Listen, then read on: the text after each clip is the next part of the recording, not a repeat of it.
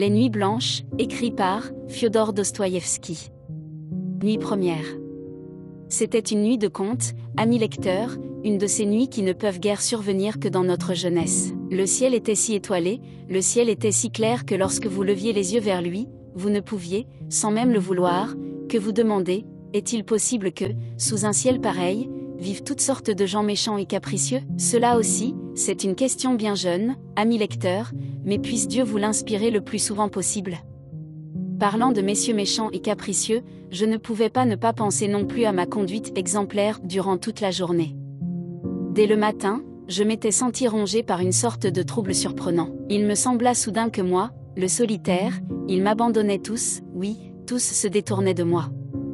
Ici, certes, chacun est en droit de poser une question. Qui sont-ils donc, ces tous? Parce que voici 8 ans que j'habite à Pétersbourg et que je n'ai su m'y faire presque aucune relation. Mais qu'ai-je à faire des relations? Je connais déjà tout Pétersbourg, voilà pourquoi j'eus l'impression qu'ils m'abandonnaient tous quand Pétersbourg, comme un seul homme, se leva tout entier pour gagner brusquement ses maisons de campagne. Je fus pris de frayeur à l'idée de rester seul, et j'errais dans la ville, 3 jours durant, dans un trouble profond, sans rien comprendre à ce qui m'arrivait. Allais-je sur le Nevski? Allais-je au jardin? Errais-je le long des quais? Aucun de ces visages que j'avais coutume de retrouver au même endroit, à telle heure, toute l'année. Ils ne me connaissent pas, bien sûr, mais moi, je les connais. Je les connais de près, j'ai presque fait l'étude de leurs expressions, je les admire quand ils sont gais, je me sens triste quand ils s'embrument. Je suis devenu presque un ami du petit vieux que je rencontre, chaque jour que Dieu fait, à une heure précise, sur la Fontanka. Une expression fort grave, méditative, il grommelle toujours dans sa barbe et agite le bras gauche, tout en tenant dans la main droite une longue canne noueuse à pommeau doré. Même, il m'a remarqué, et je crois que nos âmes se répondent. Si, par exemple, je ne venais pas, à l'heure précise, à cet endroit de la Fontanka, je suis persuadé qu'il se sentirait triste. Voilà pourquoi, de temps en temps, nous nous faisons un signe de la tête, surtout lorsque nous sommes de bonne humeur. Tout à l'heure, cela faisait 2 jours que nous ne nous étions pas vus, nous nous retrouvions au 3e, nous avions déjà même voulu saisir nos chapeaux, mais nous nous sommes réveillés à temps, avons baissé le bras et sommes passés l'un près de l'autre avec compréhension. Je connais même les maisons. Durant mes promenades, chacune semble courir au-devant de moi, elle me regarde de toutes ses fenêtres et me dit presque « Bonjour, monsieur, comment vous portez-vous » Moi aussi, Dieu merci, ça va, à part qu'en mai, on m'ajoute un étage. Ou bien, comment vous portez-vous? Moi, demain, on me met en travaux. Ou bien, j'ai failli brûler, quelle peur je me suis faite, etc. J'ai parmi elles mes préférées, des camarades proches, l'une d'elles a l'intention de faire une cure cet été, auprès d'un architecte. Je passerai la voir exprès chaque jour, pour que le remède ne soit pas pire que le mal, Dieu l'en préserve. Mais jamais je n'oublierai l'histoire de cette maison toute petite, toute mignonne, rose clair. C'était une maison de pierre tellement jolie, elle me regardait avec tant de gentillesse, et regardait avec tant de fierté ces pataudes voisines que j'avais le cœur en fête quand il m'arrivait de passer devant elle. Soudain, la semaine dernière, j'emprunte cette rue, je regarde mon ami, et j'entends son cri de désespoir, il me repeigne en jaune. Monstre. Vandale. Ils n'eurent pitié de rien, ni des colonnes, ni des corniches, et mon ami devint toute jaune, jaune comme un canari. Je me sentis presque inondée de bile à ce moment, et, jusqu'à maintenant, je n'ai pas eu la force d'aller revoir ma malheureuse défigurée, repeinte aux couleurs de l'Empire du Milieu. Vous comprenez ainsi, lecteur, de quelle façon je connais toute la ville de Pétersbourg. J'ai déjà dit que l'inquiétude m'avait rongé durant 3 jours entiers avant que je parvienne à en trouver la cause. Je sentais un malaise, dans la rue, celui-là n'est pas là, celui-ci non plus, où est passé tel autre? Et même chez moi je me sentais tout chose. Pendant 2 jours j'ai tenté de comprendre, que me manquait-il donc dans mon recoin? Pourquoi avais-je tant de mal à y rester? Et, avec stupéfaction, j'examinais les murs verts couverts de suie, mon plafond, orné de toiles d'araignée que Matriona faisait croître avec un grand succès, je passais tous mes meubles en revue, j'examinais chaque chaise, me demandant si le malheur ne venait pas de là. Car si ne serait-ce qu'une chaise est déplacée chez moi, je ne sais plus ce que je deviens, je regardais par la fenêtre, toujours en vain, aucun soulagement. J'eus même l'idée d'appeler Matriona pour lui faire des reproches au sujet des toiles d'araignée, et, en général, de son manque de soin, mais elle se contenta de me regarder d'un air surpris et s'en alla, sans me répondre un mot, si bien que la toile d'araignée trône toujours tranquillement à sa place. Ce n'est donc que ce matin que j'ai fini par comprendre ce qui se passait. Mais oui. Ils m'abandonnent tous, ils filent au vert. Pardonnez-moi cette expression triviale, j'ai d'autres soucis que le beau style. C'est que tout Pétersbourg était soit déjà parti, soit en train de partir à la campagne, c'est que chacun de ces braves messieurs à l'allure grave arrêtant un cocher devant mes yeux se transformait immédiatement en brave père de famille, lequel, ses obligations de service accomplies, se rendait, sans plus de cérémonie, dans les tréfonds de sa famille, dans sa datcha, c'est que chaque passant avait dorénavant une allure spéciale et qu'il s'en fallait de peu que cette allure ne dit à chaque personne rencontrée, nous ne faisons que passer, messieurs, nous partons dans 2 heures pour la datcha. Une fenêtre sur laquelle avait tambouriné de petits doigts fins et blancs comme du sucre s'ouvrait elle, la tête blonde d'une jolie jeune fille se montrait elle, appelant un marchand qui transportait des pots de fleurs. Il me semblait tout de suite que ces fleurs étaient achetées non pour se réjouir du printemps et des fleurs dans la touffeur d'un appartement de la ville, mais parce que les gens allaient bientôt partir, et emporter ces fleurs dans leur bagage. Bien plus, j'avais déjà fait de tels progrès dans ce genre nouveau et personnel de découverte que je pouvais dire, sans risque de me tromper, rien qu'à l'aspect, qui s'installaient dans quel datcha. Les habitants des îles Kamni ou Aptekarski ou ceux de la route de Peterhof se distinguaient par l'élégance étudiée de leurs manières, leurs costumes d'été à la dernière mode et les splendides équipages qu'ils avaient pris pour se rendre en ville. Les habitants de Pargolovo, et ceux d'un peu plus loin, en imposaient au premier coup d'œil par leur maintien et par leur dignité. Le visiteur de l'île Krestovski se distinguait par son air invariablement gai. Avais-je la chance de rencontrer une longue procession de tombereaux, leur cocher avançant, tout doux, rênes en main à côté de leur équipage, chargés de véritables montagnes de toutes sortes de meubles, tables, chaises, divans turcs et non turcs et autres fatras domestiques que venaient bien souvent couronner, en supplément gratuit, assise sur le plus haut sommet du tombereau, une maigre cuisinière veillant sur le bien de ses maîtres comme sur la prunelle de ses propres yeux. Regardais-je les barques lourdement chargées de tout un fouillis familial glisser le long de la Neva ou de la Fontanka vers la rivière Noire ou vers les îles, les barques et les tombereaux se multipliaient par 10, par 100 devant mes yeux, il me semblait que tout s'était levé, tout s'était mis en branle, que tout se transportait, par caravane. Dans les datchas, il me semblait que Pétersbourg menaçait de se transformer tout entier en désert, si bien que je finis par me sentir humilié, offensé, malheureux. Moi, je n'avais nulle part, vraiment, où partir à la campagne et aucune raison d'y aller. J'étais prêt à partir avec chaque tombereau, à suivre chaque monsieur d'apparence grave qui louait un cocher, mais pas un seul, non, pas un seul ne m'invitait, c'était comme si on m'avait oublié, comme si, vraiment, j'étais pour eux un étranger. Je marchais beaucoup, longtemps, si bien que, selon ma coutume, j'avais complètement oublié où j'étais quand je me retrouvais soudain dans les faubourgs. En un instant, je sentis la joie qui m'inondait, je fis un pas par-delà la barrière, marchai par les champs labourés et les prairies, oubliant la fatigue, mais ressentant dans tout mon être qu'un poids tombait de sur mon âme. Tous les passants me regardaient avec tant de bienveillance, tout juste, réellement, s'ils ne me saluaient pas, ils étaient heureux d'on ne savait quoi, ils fumaient tous, du premier au dernier, des cigares. Moi aussi, j'étais heureux, comme jamais de ma vie. À croire que, brutalement, je m'étais retrouvé en Italie, si grande avait été l'action de la nature sur un citadin maladif, à demi asphyxié dans les murs de la ville. Il est on ne sait quoi d'indiciblement touchant dans notre nature de Pétersbourg quand, au début du printemps, elle affirme soudain sa puissance, toutes ces forces que lui donne le ciel, se couvre de duvet, se pare, se bariole de fleurs.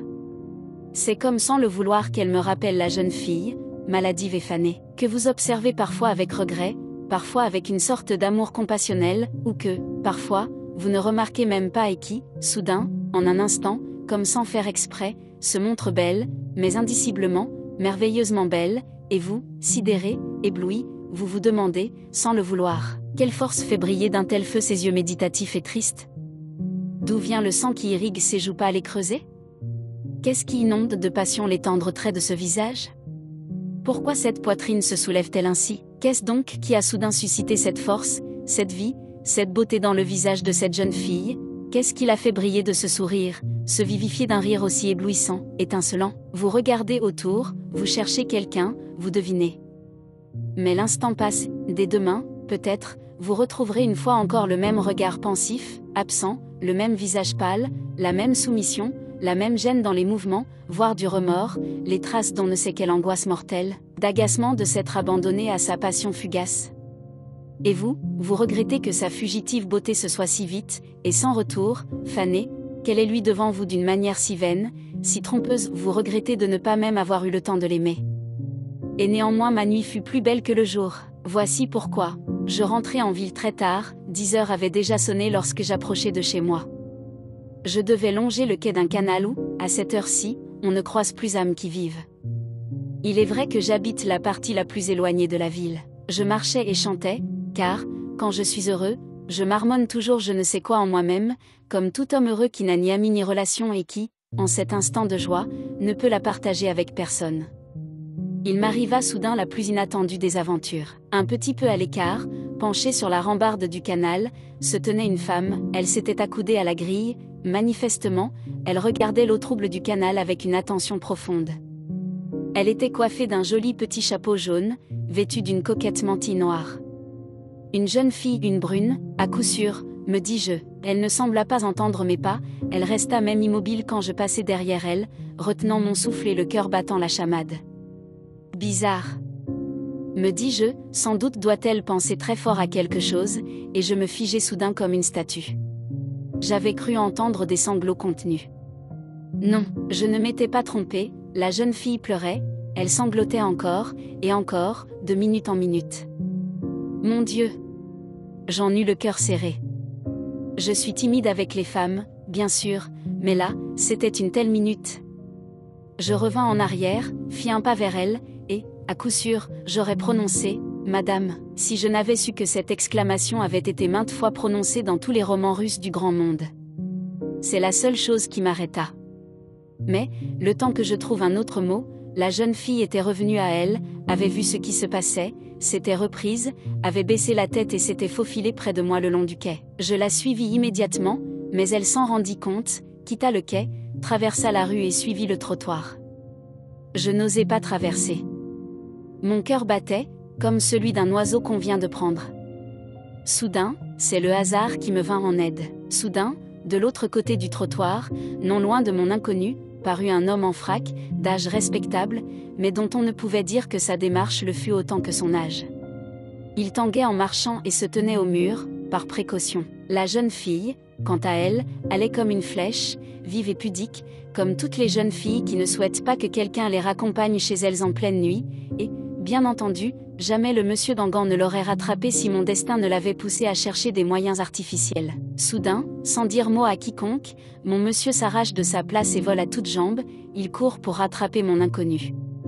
Elle allait comme le vent mais le monsieur ondulant la rattrapait, la rattrapa, la jeune fille poussa un cri, je bénis le destin de m'avoir mis ce jour-là un excellent bâton noueux dans la main droite. En un clin d'œil, j'étais de l'autre côté du trottoir, le monsieur malvenu comprit en un clin d'œil de quoi il retournait, vit mon argument frappant, se tut et nous laissa reprendre de l'avance, c'est seulement quand nous fûmes très loin qu'il protesta contre moi en termes assez sentis. Mais ces paroles nous atteignirent à peine. « Donnez-moi la main », dis-je à mon inconnu, et il n'osera plus vous toucher. Sans dire un mot, elle me tendit la main, encore tremblante de peur et d'émotion. « Ô monsieur malvenu ! Que je te bénissais en cette seconde !» Je la regardai, à la dérobée, elle était très mignonne brune, j'avais bien deviné, de petites larmes luisaient encore à ses cils noirs, sa peur toute récente, ou son malheur d'avant, je n'en sais rien. Mais un sourire brillait déjà sur ses lèvres. Elle aussi, elle me regarda à la dérobée, rougit légèrement et baissa de nouveau la tête. « Vous voyez, pourquoi m'avez-vous repoussé tout à l'heure ? Si je n'avais pas été là, que serait-il arrivé ? Mais je ne vous connaissais pas, je pensais que, vous aussi, mais vous me connaissez donc maintenant ? Un peu. Tenez, par exemple, pourquoi tremblez-vous ? Oh, vous avez deviné tout de suite, répondis-je, ravi que ma jeune fille se révélât point sotte, cela ne gâte jamais rien à la beauté. Oui, vous avez compris du premier coup à qui vous avez affaire. C'est vrai, je suis timide avec les femmes, je suis troublée, je ne le nie pas, autant que vous l'étiez il y a une minute, quand ce monsieur vous a fait peur. Je suis plongée dans une espèce d'effroi. C'est comme un rêve, et, même en rêve, je n'avais jamais imaginé qu'un jour je pourrais parler à une femme. Comment ? Vraiment, oui, si ma main tremble, c'est que jamais elle n'a reçu dans la sienne une petite main aussi mignonne que la vôtre. J'ai perdu l'habitude des femmes, c'est-à-dire, je n'ai jamais eu l'habitude, je suis seule, vous comprenez ? Je ne sais même pas comment il faut leur parler. Même maintenant, je ne sais pas, ne vous ai-je pas dit une bêtise ? Dites-le-moi franchement, je vous préviens, je ne suis pas rancunier, non, non, pas du tout, au contraire. et si vous exigez que je sois sincère, je vous dirai que les femmes apprécient cette timidité, et si vous voulez en savoir encore plus, elle me plaît à moi aussi, et je ne vous chasserai pas d'ici à ma porte. Vous ferez de moi, fis-je, étouffant de bonheur, que je cesse d'un coup d'être timide, alors adieu tous mes moyens, vos moyens? Quels moyens, pourquoi faire? Voilà qui gâche tout. Pardon, excusez-moi, c'est sorti tout seul, mais comment voulez-vous qu'en une telle minute, il n'y ait pas le désir de plaire, vous voulez dire? Mais oui, mais soyez généreuse, au nom du ciel, je vous en prie. Regardez qui je suis. J'ai déjà 26 ans, et je n'ai jamais vu personne. Comment pourrais-je parler bien, à bon escient et avec tact? Ce sera mieux pour vous, que tout soit ouvert, dans le creux de la main. Je ne sais pas me taire quand j'ai le cœur qui parle. Oh mais tant pis. Me croirez-vous? Pas une seule femme, jamais, jamais. Aucune connaissance. Je ne fais que rêver sans cesse qu'un jour, peut-être, je finirai par rencontrer quelqu'un. Ah si vous saviez combien de fois j'ai été amoureux de cette façon, mais comment? Mais de qui? Mais de personne? De l'idéal, de celle que je vois dans mes rêves. Dans mes rêves, je bâtis des romans. Oh, vous ne me connaissez pas. Bien sûr, c'est inévitable, j'ai déjà rencontré 2 ou 3 femmes, mais qui sont-elles, ces femmes? Des logeuses, des... Mais je vous ferais rire si je vous racontais que, plusieurs fois, je me suis mis en tête de lier conversation, comme ça, tout simplement, avec une grande dame, dans la rue, évidemment, quand elle est seule, lier conversation, bien sûr, d'une façon timide, respectueuse, passionnée, lui dire que je me meurs de solitude, qu'elle ne me chasse pas, que je n'ai pas moyen de connaître ne serait-ce qu'une seule femme, lui faire comprendre qu'il est même du devoir d'une femme de ne pas mépriser la prière timide d'un homme aussi malheureux que moi, et que, finalement, tout ce que je demande, c'est qu'elle me dise tout simplement 2 mots, comme une sœur, avec sympathie, qu'elle ne me rejette pas au premier geste, qu'elle me croie sur parole, qu'elle écoute ce que j'ai à lui dire, qu'elle rit de moi, si ça lui plaît, qu'elle me laisse un espoir et me dise 2 mots, rien que 2 mots, même si nous devons ne jamais nous revoir. Mais vous riez. Du reste, c'est pour cela que je le dis, ne soyez pas fâchés, je ris car vous vous desservez vous-même, si vous aviez essayé, vous auriez réussi, même si cela ne s'était pas passé dans la rue, plus c'est simple, mieux c'est. Pas une femme de cœur, pour peu qu'elle ne soit pas stupide ou bien, surtout, fâchée à cet instant précis, n'aurait eu le courage de vous repousser sans ces 2 mots que vous implorez avec une telle modestie. Mais non, que dis-je? Bien sûr, je vous aurais pris pour un fou. Je ne jugeais que d'après moi.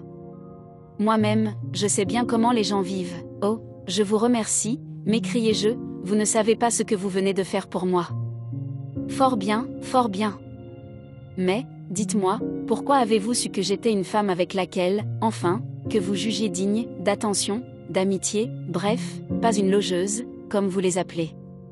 Pourquoi vous êtes-vous décidé à m'adresser la parole? Pourquoi?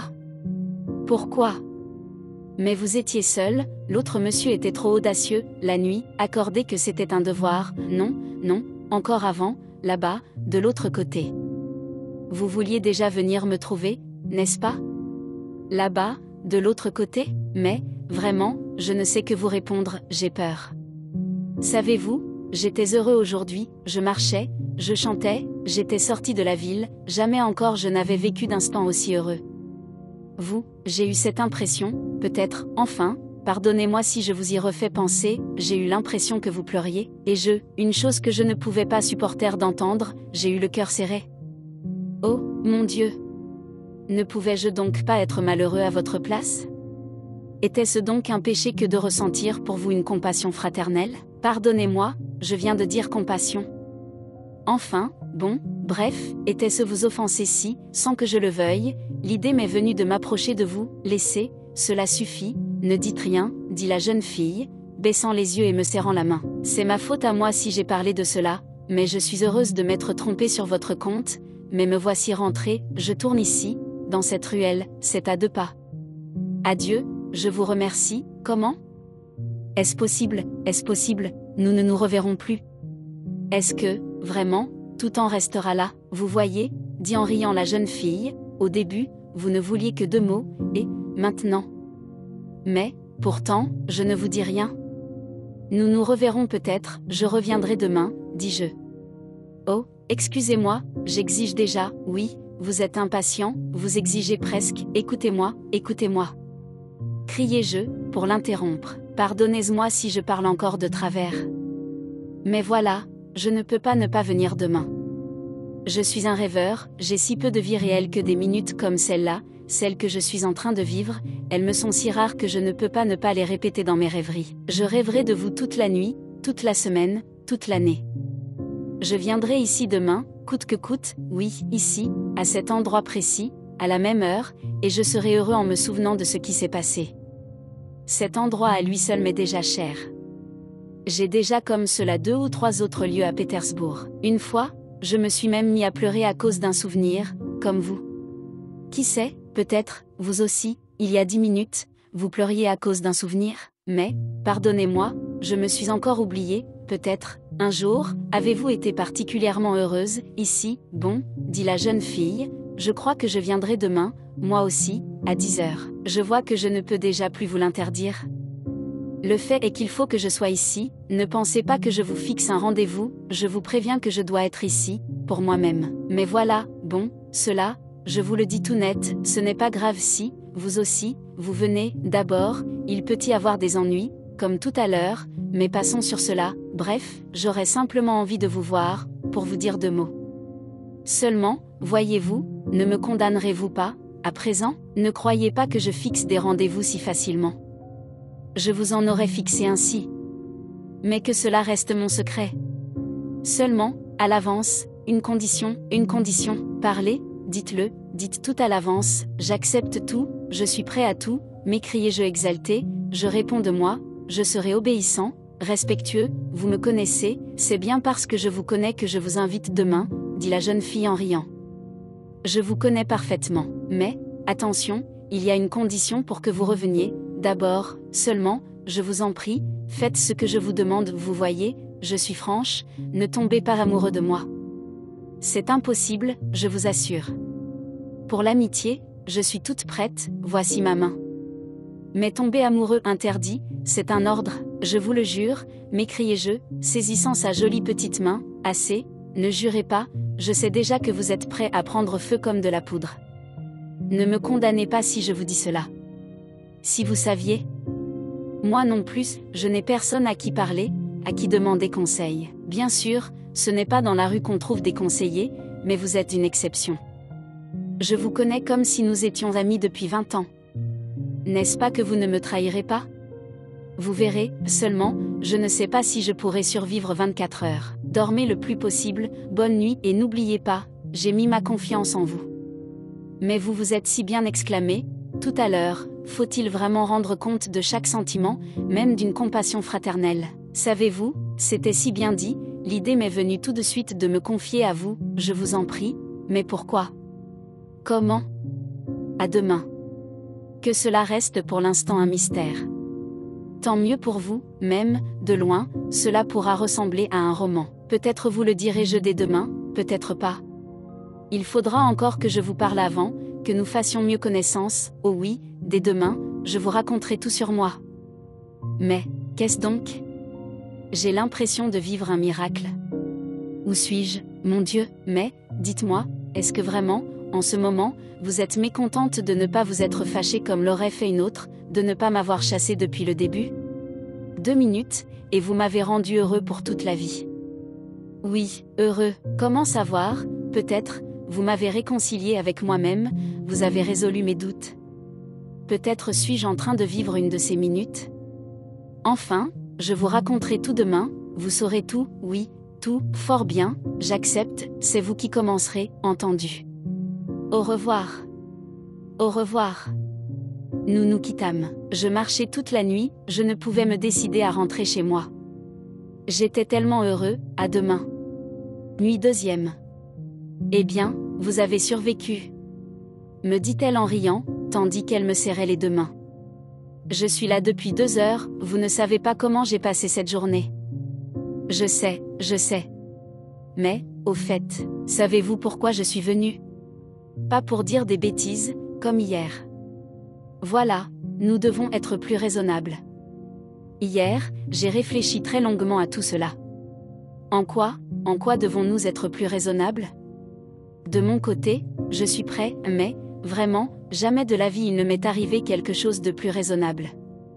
Vraiment, d'abord, je vous le demande, ne me serrez pas les mains si fort, ensuite, j'ai beaucoup réfléchi sur votre compte, aujourd'hui. Eh bien, qu'avez-vous donc conclu? Ce que j'ai conclu, qu'il faut tout reprendre de zéro, parce que, pour conclure, j'ai décidé que vous m'étiez encore totalement inconnu, que j'ai agi hier comme une enfant, une petite fille, et qu'il découle de cela que c'est mon bon cœur qui est coupable de tout, c'est-à-dire que je me suis fait des compliments, comme c'est toujours le cas, en fin de compte, lors d'un examen de conscience. Et donc, pour corriger mon erreur, j'ai décidé de vous connaître dans les moindres détails. Mais comme je n'ai personne à qui demander pour vous connaître, c'est vous qui devrez tout me raconter, tout ce qu'il y a en vous. Eh bien, quel genre d'homme êtes-vous? Vite, commencez donc, racontez votre histoire. Mon histoire. M'écriai-je, effrayé. Mon histoire. Mais qui vous a dit que j'avais une histoire? Je n'ai aucune histoire, comment avez-vous donc vécu si vous n'avez aucune histoire? Me coupa-t-elle en riant. Mais sans la moindre histoire, j'ai vécu, comme on dit, par moi-même, c'est-à-dire entièrement seul, complètement seul, vous comprenez ce que ça veut dire, seul? Comment ça, seul? Vous n'avez jamais vu personne? Oh, voir, si, j'ai vu des gens, mais je suis quand même seul. Mais vous ne parlez donc à personne? Dans le plein sens du terme, personne. Mais qui êtes-vous donc, expliquez-vous. Attendez, je devine, vous avez, certainement, une grand-mère, comme moi. Elle est aveugle, et voilà déjà toute une vie qu'elle ne me laisse aller nulle part, au point que j'ai presque désappris à parler. Et puis quand j'ai fait une bêtise, il y a 2 ans, elle a bien vu qu'elle ne pouvait plus me retenir, eh bien, elle m'a appelé chez elle et a fixé ma robe à la sienne, avec une épingle et c'est ainsi que nous restons, des jours durant, elle tricote un bas, elle qui est aveugle, et moi, je dois rester auprès d'elle, à coudre, ou à lui faire la lecture, c'est une coutume si étrange, déjà 2 ans que je suis épinglée, ah, mon Dieu, quel malheur. Mais non, je n'ai pas de grand-mère pareille. Si vous n'en avez pas, comment pouvez-vous donc rester chez vous? Écoutez, vous voulez savoir qui je suis? Mais oui, oui. Dans le sens le plus strict de ce terme? Dans le sens le plus strict. Eh bien, je suis un type. Un type, un type?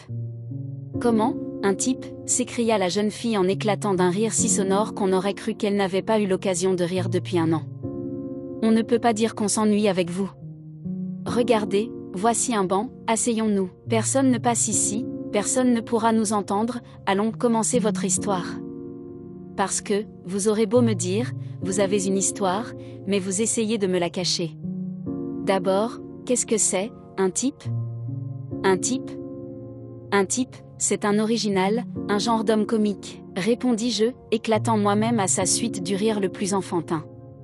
C'est une espèce de caractère. Écoutez-moi, savez-vous ce que c'est qu'un rêveur? Un rêveur? Mais bien sûr que je le sais. Je suis une rêveuse moi-même. Parfois, quand je reste auprès de ma grand-mère, Dieu sait à quoi je pense. Parfois, vous savez, on se met à rêver, on se prend à réfléchir les biens, je me marie avec le prince de Chine. Mais c'est vrai que c'est bon, parfois, de rêver. Non, remarquez, qui sait? Surtout si, même sans cela, on a assez de choses à quoi penser, ajouta la jeune fille, cette fois sur un ton plutôt sérieux. Magnifique, s'il vous est déjà arrivé de vous marier avec l'empereur de Chine, je crois que vous me comprendrez parfaitement. Eh bien, écoutez-moi. Mais, permettez, je ne sais même pas comment vous appeler. Enfin, vous y avez mis le temps, à vous souvenir. Ah mon Dieu, je n'y ai même pas pensé, je me sentais si bien, je m'appelle Nastanka. Nastanka, c'est tout? C'est tout. Vous trouvez que c'est trop peu? Vous êtes insatiable. Trop peu? Non, c'est beaucoup, au contraire, c'est énorme, Nastanka, ma bonne petite jeune fille, si, dès la première fois, je peux vous appeler Nastanka. Ah, vous voyez. Alors, eh bien alors, Nastanka, écoutez donc, c'est une histoire très drôle. Je m'assis près d'elle, pris une pause magistrale et commençai, comme dans un livre, il existe, Nastanka, si vous ne le savez pas, il existe à Pétersbourg des recoins assez étranges. Ces recoins, il ne semble pas visité par le même soleil qui brille pour tous les autres gens de Pétersbourg. Non, c'est un soleil bizarre, tout nouveau, qu'on croirait fait exprès pour eux, qui vient y luire d'une lumière toute différente, particulière. Dans ces recoins, ma chère Nastanka, semble survivre une toute autre vie, très différente de celle qui bouillonne autour de nous, une de ces vies qu'on ne verrait que dans un royaume de contes, mais pas chez nous, à notre époque ô combien sérieuse. Et cette vie est un mélange d'on ne sait quoi de purement fantastique, de violemment idéal avec quelque chose d'autre, hélas, ma bonne Nastanka, de morne, de prosaïque et d'ordinaire, pour ne pas dire, d'invraisemblablement vulgaire. En voilà une préface. Qu'est-ce donc que je vais entendre? Ce que vous allez entendre, Nastanka, je crois que je ne me lasserai jamais de vous appeler Nastanka, ce que vous allez entendre, c'est que, dans ces recoins, vivent des gens étranges, les rêveurs. Le rêveur, s'il vous en faut une définition exacte, n'est pas un être humain, il est plutôt un être du genre neutre. Il loge de préférence dans les coins les plus inaccessibles, comme s'il cherchait à s'y cacher même de la lumière du jour et, une fois rentré chez lui, il s'incruste dans son coin, comme un Bernard ermite, ou bien, à tout le moins, ressemble très fort de ce point de vue à cet animal passionnant qui est à la fois un animal et une maison et qu'on appelle une tortue. Qu'en pensez-vous? Pourquoi aime-t-il tant ces quatre murs, toujours peints en vert, couverts de suie et enfumés comme il n'est pas permis? Pourquoi cet homme comique, quand l'une de ses rares connaissances vient lui rendre visite, car il finit toujours par faire le vide autour de lui? Pourquoi cet homme comique l'accueille-t-il avec tant de confusion, un visage si troublé, si changé qu'on pourrait croire qu'il vient juste de commettre un crime entre ces quatre murs, comme s'il était en train de fabriquer de la fausse monnaie ou bien de petits vers qu'il enverrait à une revue avec une lettre anonyme faisant savoir que le vrai poète est décédé et que son ami estime de son devoir sacré de publier ses œuvres?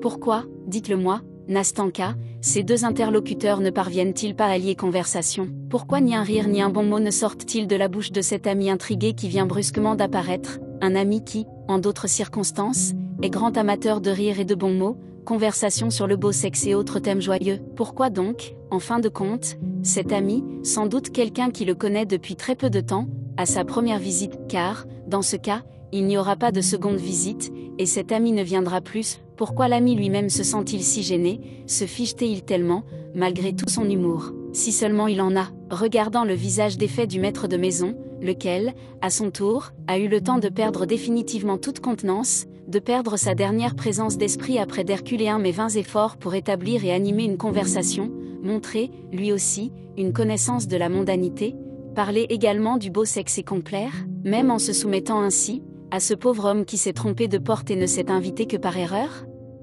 Pourquoi, finalement, cet invité prend-il soudain son chapeau et s'en va-t-il très vite, se souvenant d'un coup d'une affaire capitale, affaire qu'il invente sur le champ? Et a-t-il tant de mal à libérer sa main des étreintes passionnées d'un maître de maison qui veut à toute force montrer son remords et parer au désastre? Pourquoi l'ami qui part éclate-t-il de rire sitôt qu'il a passé la porte en se jurant que jamais plus il ne reviendra chez cet original, quoi que cet original soit, quand on y repense, un garçon merveilleux, et se sent-il incapable en même temps de refuser à son imagination une petite fantaisie, comparée, même de très loin, la tête que faisait son interlocuteur au moment de leur rencontre avec celle de ce pauvre chaton martyrisé, terrorisé, humilié de mille et mille façons par des enfants qui, s'emparant de lui par ruse, le ridiculisaient, chaton qui réussit finalement à s'enfuir sous une chaise, dans le noir, et qui, là, pendant 1 heure, ne peut que se hérisser le poil, secouer sa petite tête humiliée, la laver longtemps, avec 2 pattes, et puis, après cette aventure, regarder d'un œil hostile la nature et les gens, même les reliefs des maîtres qu'une cuisinière compatissante aura gardés pour lui. Attendez,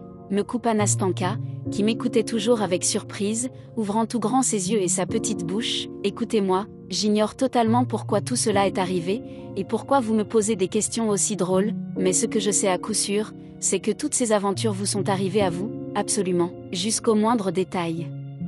Sans le moindre doute, répondis-je, de l'air le plus grave.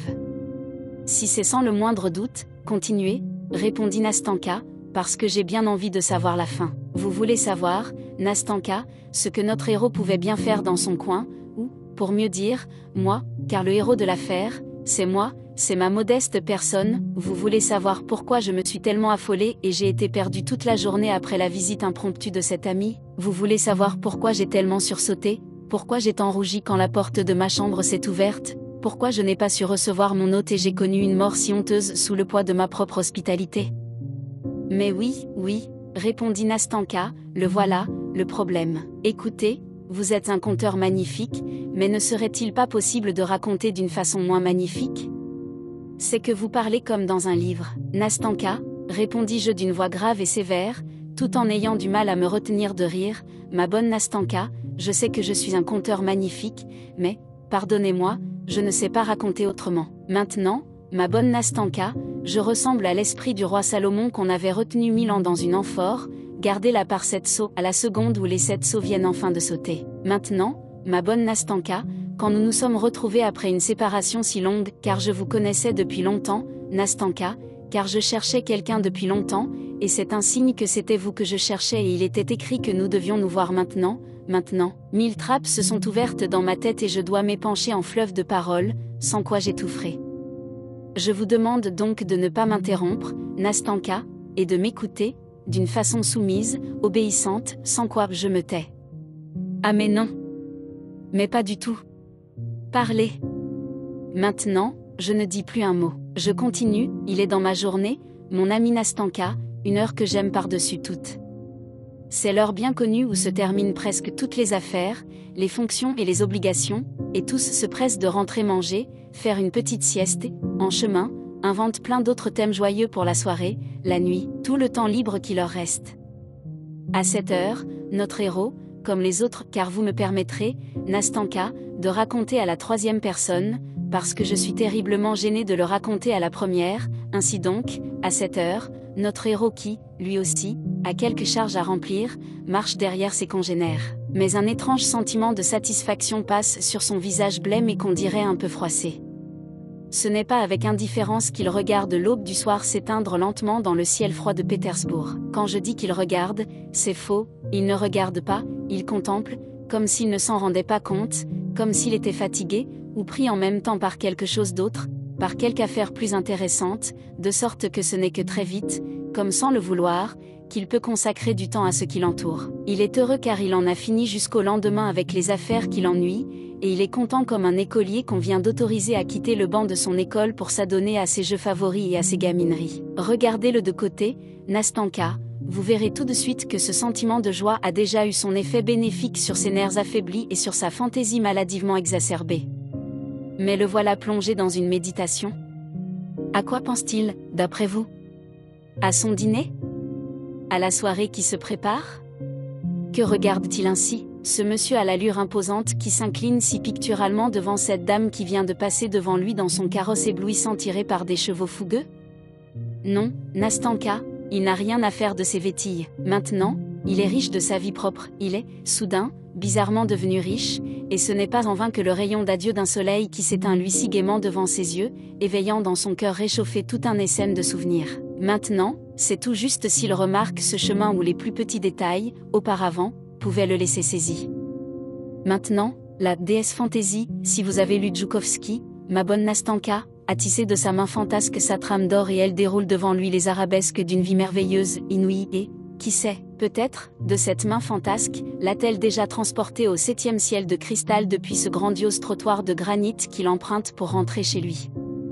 Essayez de l'arrêter maintenant, demandez-lui soudain, où est-il maintenant, quelle rue a-t-il suivi? Il ne se souvient plus de rien, sans doute, ni de son chemin ni de l'endroit où il est, et, rougissant de dépit, il racontera tout de suite je ne sais quel mensonge, pour sauver les apparences. Voilà pourquoi il a sursauté si fort, tout juste s'il n'a pas crié, en regardant, terrorisé, autour de lui, quand une très respectable vieille dame l'a respectueusement arrêté au milieu de la chaussée pour lui demander sa route qu'elle venait de perdre. Fronçant les sourcils de dépit, il reprend sa marche, et il remarque à peine que plus d'un passant se met à sourire en le regardant et se retourne sur lui, et qu'une petite fille, qui vient de lui céder le passage, prise de peur, éclate soudain de rire en observant, les yeux écarquillés, son grand sourire contemplatif et les gestes de ses bras. Mais la même fantaisie vient de saisir dans son envol et la vieille dame, et les passants curieux, la petite fille qui rit, et les petits ouvriers préparant leur popote du soir sur leur barge qui encombre la Fontanka. Supposons qu'à ce moment ils passent le long de la Fontanka,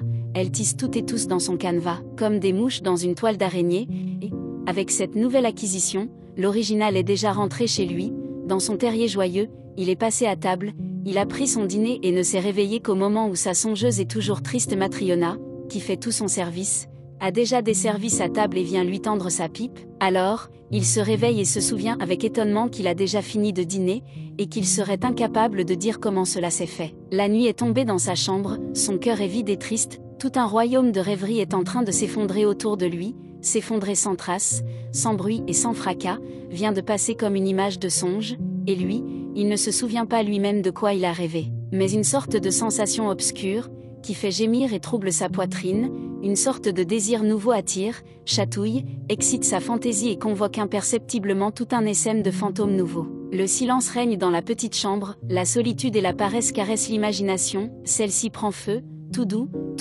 elle se met à bouillir, tout doux, comme l'eau de la cafetière de la vieille Matriona qui s'affaire, imperturbable, à côté de lui, dans la cuisine, à préparer son café de cuisinière. Voilà son imagination qui lance de petits éclairs, voilà déjà que le livre, pris vainement et au hasard, tombe des mains de mon rêveur qui n'a pas même atteint la 3e page. Son imagination est de nouveau parée, tendue, et, de nouveau, soudain, un nouveau monde, une vie nouvelle et envoûtante scintille devant lui dans sa brillante perspective. Rêve nouveau, bonheur nouveau. Nouvelle prise d'un poison raffiné, sensuel. Oh, qu'aurait-il à faire de notre vie réelle? Pour son regard acheté, vous et moi, Nastanka, nous vivons dans une telle paresse, une telle lenteur, une telle pâleur, pour lui, nous sommes si mécontents de notre destin, notre vie nous pèse tellement. Et c'est vrai, regardez, c'est indéniable, comme, au premier regard, tout parmi nous effraie, austère on dirait renfrogné. Les pauvres, pense mon rêveur. Pas étonnant qu'il le pense. Voyez ces ombres magiques, si envoûtantes, si fantasques, insouciantes, qui s'assemblent devant lui et composent un tableau magique et animé, où il se retrouve lui-même au premier plan, dans le rôle du héros, évidemment, notre rêveur, dans toute sa chère personne. Voyez quelles aventures multiples, quels essaims infinis de rêves exaltés. Vous demanderez peut-être de quoi il rêve. À quoi bon le demander? Mais il rêve de tout, du rôle d'un poète, d'abord non reconnu, puis couronné, son amitié avec Hoffmann, la Saint-Barthélemy, Diane Vernon, son action héroïque à la prise de Kazan par Ivan le Terrible, Clara Mowbray, Effie Deans, Jean Hus face à l'Assemblée des Prélats, la révolte des morts dans Robert, vous vous souvenez de la musique, ça sent vraiment le cimetière, Mina et Brenda, la bataille de la Bérésina, la lecture d'un poème chez la baronne V.D. Danton, Cléopatra Eisua Amanti, la maisonnette de Colomna, son propre recoin, près de lui, une douce créature qui vous écoute un soir d'hiver, sa jolie bouche, ses jolis yeux ouverts, comme vous m'écoutez, vous, en ce moment, mon joli petit ange. Non, Nastanka, que peut lui faire à lui, ce paresseux sensuel, cette vie que nous voulons si fort, et vous et moi? Il la voit pauvre, pitoyable, et ne devine pas que, même pour lui, peut-être, un jour, cette heure triste finira par sonner où, pour un jour unique de cette pauvre vie, il donnera toutes ces années fantastiques, et encore, il ne les donnera pas pour le bonheur, pas pour la joie, et ne voudra même pas choisir en cette heure de tristesse, de remords et de douleur à quoi on s'abandonne. Mais, ce moment, ce terrible moment n'a pas encore sonné, et lui, il ne désire rien, parce qu'il est au-dessus des désirs, parce qu'il a tout, parce qu'il est repu, parce qu'il est lui-même l'artiste de sa vie, qu'il la crée lui-même, d'heure en heure, selon ses nouvelles lubies. Et ce monde de contes, ce monde fantastique, quand il se crée, c'est tellement facile, tellement naturel. Comme si, vraiment, ce n'était pas un fantôme. Oui, je suis prêt à le croire, parfois cette vie n'est pas une excitation des sens, un mirage, un leurre de l'imagination, elle est vraiment réelle, oui, présente, existante. Pourquoi donc, dites-le-moi, Nastanka, pourquoi donc en de pareilles minutes, le cœur se serre-t-il? Pourquoi, par une espèce de magie, par la lubie d'une force qui nous reste inconnue, les larmes jaillissent-elles des yeux de ce rêveur, ses joues pâles et mouillées se mettent-elles à brûler et toute son existence se remplit-elle d'une joie si incontrôlable? Pourquoi de longues nuits d'insomnie s'effacent-elles comme un seul instant, dans une joie, dans un bonheur infini, cependant qu'au moment où le rayon rose de l'aurore vient frapper sa fenêtre et où l'aube éclaire sa chambre renfrognée d'une lumière douteuse et fantastique, comme chez nous, à Pétersbourg, notre rêveur, fatigué, épuisé, se jette sur son lit et s'endort dans les derniers frémissements d'exaltation de son esprit maladivement bouleversé? Enfin, pourquoi le fait-il avec une douleur si languissante, si douce au fond de l'âme? Oui, Nastanka, n'importe qui s'abuserait et commencerait à croire que c'est une passion véritable, réelle, qui vous trouble le cœur, croirait, même sans le vouloir, qu'il y a quelque chose de vivant, de tangible, dans ces rêves sans chair. Et quelle force dans ce leurre! Par exemple, tenez, l'amour descend dans sa poitrine avec sa joie inextinguible, avec toutes ses tortures languissantes, regardez-le seulement, vous serez convaincu. Croiriez-vous, à le voir, ma chère Nastanka, qu'en fait, il n'a jamais connu celle qu'il aimait avec tant de passion dans ses rêves? Est-il vraiment possible qu'il ne l'ait vue qu'en de charmants mirages et que, cette passion, il n'ait fait qu'en rêver? Est-il vraiment possible qu'il n'ait jamais passé main dans la main tant d'années de leur vie tout seul, elle et lui, mettant à part le monde entier et unissant chacun leur monde, leur vie, avec le monde, avec la vie de l'autre? Est-il possible que ce ne fût pas elle qui, dans la nuit, quand sonna l'heure de la séparation, était couchée, sanglotante, douloureuse, sur sa poitrine, sans entendre la tempête qui avait éclaté dans le ciel lugubre, sans entendre le vent qui arrachait et emportait au loin les larmes de ses cils couleur de jais? Tout cela n'était-il donc vraiment qu'un rêve, et ce jardin, morne, sauvage, abandonné, aux sentiers envahis par la mousse, solitaire, ténébreux, où, si souvent, ils marchèrent ensemble, espérèrent, souffrirent, aimèrent, s'aimèrent si longuement, si tendrement. Et cette maison étrange, maison de ses aïeux où elle vécut si longtemps, dans la solitude et la tristesse, avec son vieux mari sévère, toujours bilieux, toujours silencieux, qui les terrorisait, eux, enfants timides, eux se dissimulant dans une crainte morne leur amour mutuel?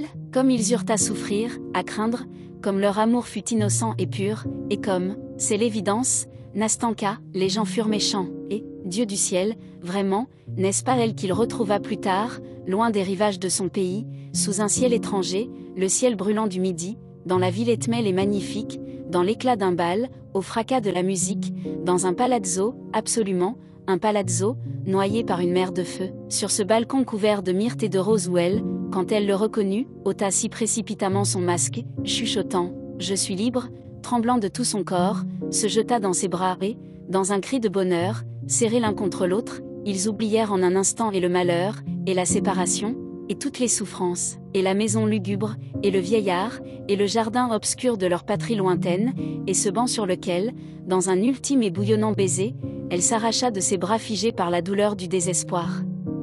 Oh, concédez, Nastanka, qu'on peut bien sursauter, se troubler et rougir comme un écolier qui fourre dans sa poche une pomme qu'il vient de voler dans le jardin du voisin quand une espèce de grand Flandrin, éclatant de santé, un bon vivant et un joyeux luron, votre hôte inattendu, ouvre votre porte et crie, comme si de rien n'était, « Salut, mon petit gars, j'arrive tout droit de Pavlovsk, mon Dieu !»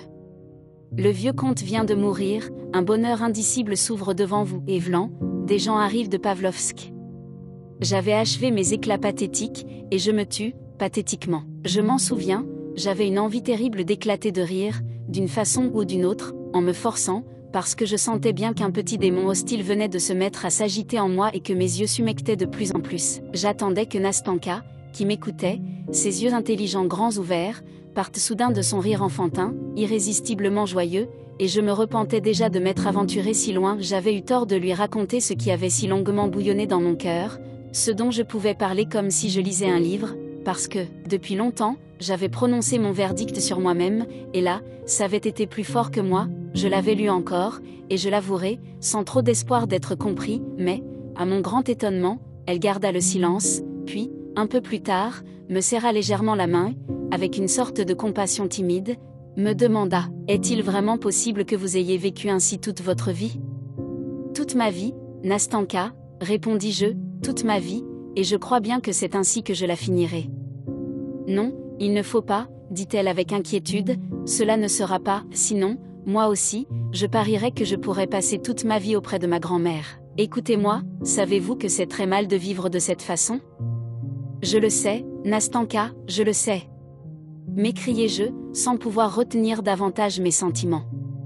Et je le sais à présent plus que jamais, j'ai perdu en vain les meilleures années de ma vie. À présent, je le sais, et cette idée me fait encore plus mal, parce que c'est Dieu lui-même qui vous envoie à moi, vous, mon ange gardien, pour me dire cela et pour me le prouver. À présent que je suis assis auprès de vous et que je vous parle, j'ai même peur de penser à l'avenir, parce que, dans l'avenir, je retrouverai la solitude, cette vie renfermée, inutile, et à quoi donc pourrais-je rêver si, près de vous, dans le réel, j'ai été si heureux. Oh, soyez donc bénie, vous, chère jeune fille, de ne pas m'avoir repoussé dès la première fois, parce que je peux déjà vous dire que j'ai vécu, ne serait-ce que 2 soirs dans ma vie.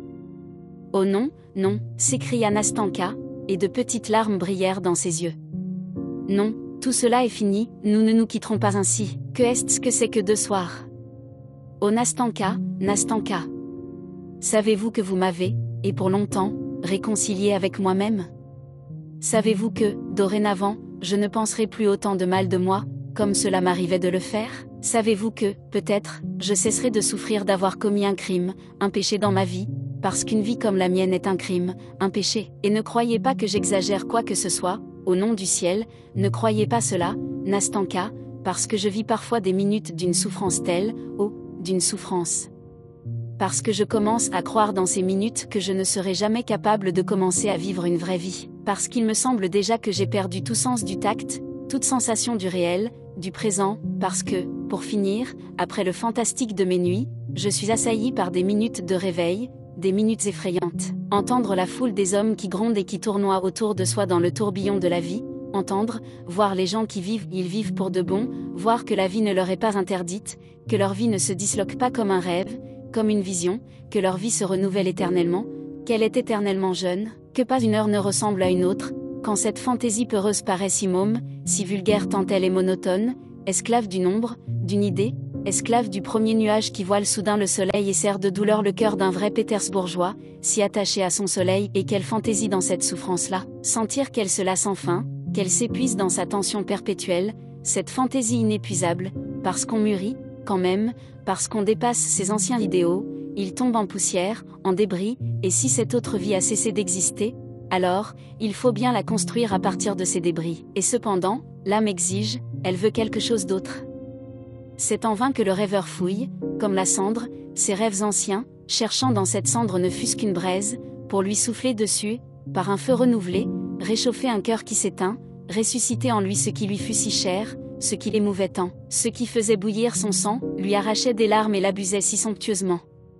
Savez-vous, Nastanka, où j'en suis? Savez-vous que j'en suis à fêter l'anniversaire de mes sensations, l'anniversaire de ce qui me fut cher, de quelque chose qui, au fond, n'a jamais existé, parce que l'anniversaire que je fête est celui de mes rêves stupides et vains, et à faire cela parce que même ces rêves stupides ont cessé d'exister, parce qu'il n'est rien qui puisse les aider à survivre, même les rêves doivent lutter pour survivre.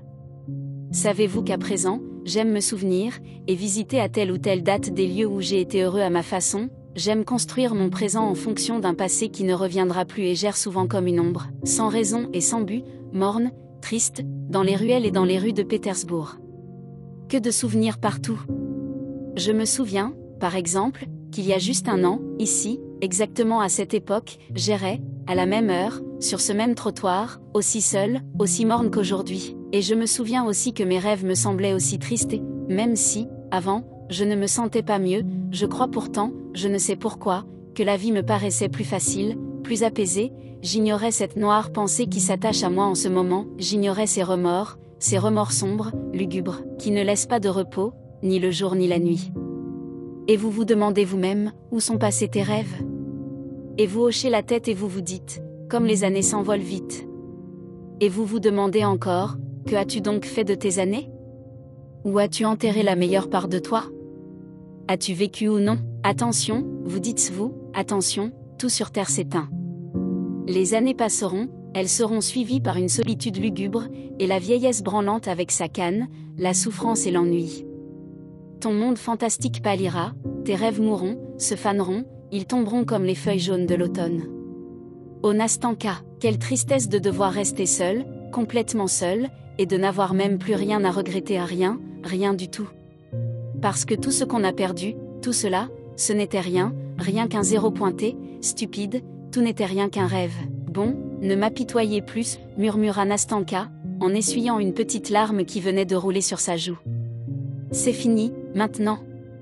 Maintenant, nous sommes ensemble, maintenant, quoi qu'il puisse m'arriver, nous ne nous quitterons pas, écoutez-moi. Je suis une jeune fille simple, je n'ai fait que peu d'études, même si grand-mère faisait venir un précepteur, mais, vraiment, je vous comprends, parce que tout ce que vous venez de me dire maintenant, je l'ai vécu moi-même quand grand-mère m'a épinglé à sa robe. Bien sûr, je n'aurais pas pu le dire aussi bien que vous, je n'ai pas fait d'études, ajouta-t-elle timidement car elle ressentait toujours une espèce de respect pour mon discours pathétique et mon grand style, mais je suis très heureuse que vous vous soyez complètement confié à moi. Maintenant je vous connais tout à fait, je vous connais tout entier. Et, savez-vous? Je veux vous raconter mon histoire à mon tour, toute mon histoire, sans rien vous cacher, et vous, après cela, vous me donnerez un conseil. Vous êtes très intelligent, me promettez-vous qu'après cela, vous me donnerez ce conseil? Ah, Nastanka, répondis-je, même si je n'ai jamais été un conseiller, à plus forte raison un conseiller sensé, je le vois bien maintenant, nous vivrons toujours de façon que tout soit toujours très sensé et nous nous donnerons chacun des foules de conseils très sensés. Eh bien, ma très bonne Nastanka, quel sera donc ce conseil? Dites-le-moi franchement, maintenant, je suis si gai, si heureux, si courageux, si sensé que je vous dirai les choses à l'instant. Non, non, me coupa Nastanka en riant, je ne cherche pas un conseil sensé mais un conseil d'ami, de frère, comme si vous m'aimiez déjà depuis un siècle. Oui, Nastanka, oui. M'écriai-je exalté. Même si je vous avais aimé depuis 20 ans, de toute façon, je ne vous aimerais pas plus qu'à cet instant. Votre main, dit Nastanka. La voici, répondis-je en lui tendant la main. Eh bien, commençons mon histoire. L'histoire des Nastanka, vous connaissez déjà la moitié de l'histoire, je veux dire que vous savez déjà que j'ai une vieille grand-mère, si la seconde moitié est aussi courte que celle-ci, fis-je, en riant pour l'interrompre. Taisez-vous et écoutez. Avant tout, entendons-nous, ne m'interrompez pas, ou je crois bien que je me perdrai complètement. Bon, écoutez-moi et soyez sages. Donc, j'ai une vieille grand-mère. Je me suis retrouvée chez elle encore toute petite, après la mort de ma mère et de mon père. Il faut croire que, dans le temps, grand-mère était plus riche, parce que, encore aujourd'hui, elle se souvient des jours meilleurs. C'est elle qui m'a appris le français, puis elle a fait venir un précepteur.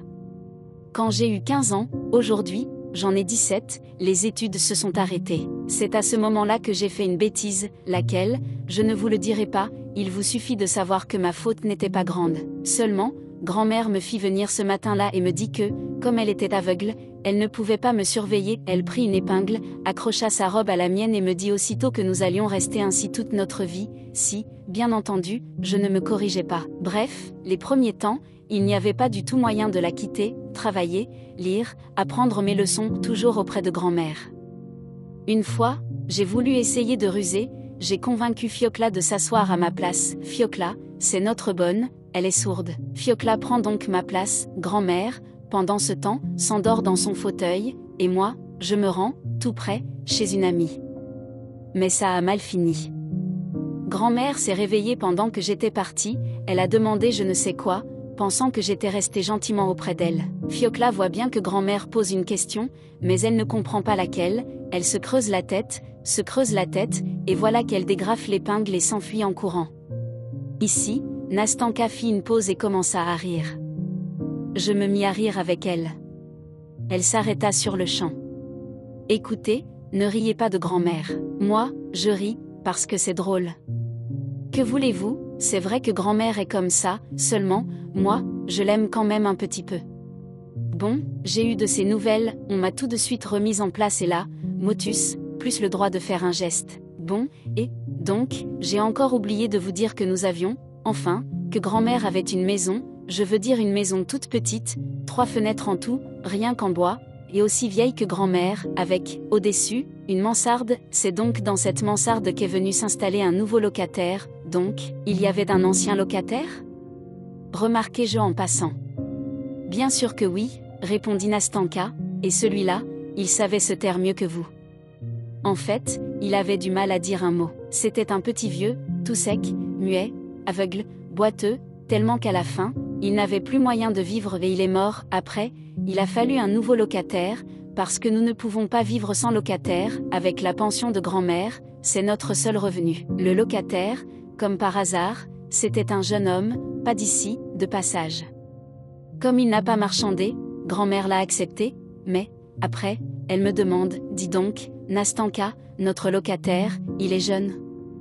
Je n'ai pas voulu mentir, eh bien, je lui dis, grand-mère, on ne peut pas dire qu'il soit très jeune, mais ce n'est pas un vieux. Bon, et de physique, il est plaisant, demande grand-mère.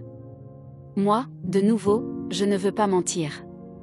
Oh oui, je lui dis, de physique, il est très plaisant, grand-mère. Et grand-mère qui me dit, malédiction. Malédiction. Je te dis ça, ma petite fille, pour que tu ne le regardes pas trop. Quelle époque, voyez-vous ça, un locataire tellement minable, et, lui aussi un physique plaisant, ce n'était pas ça dans l'ancien temps.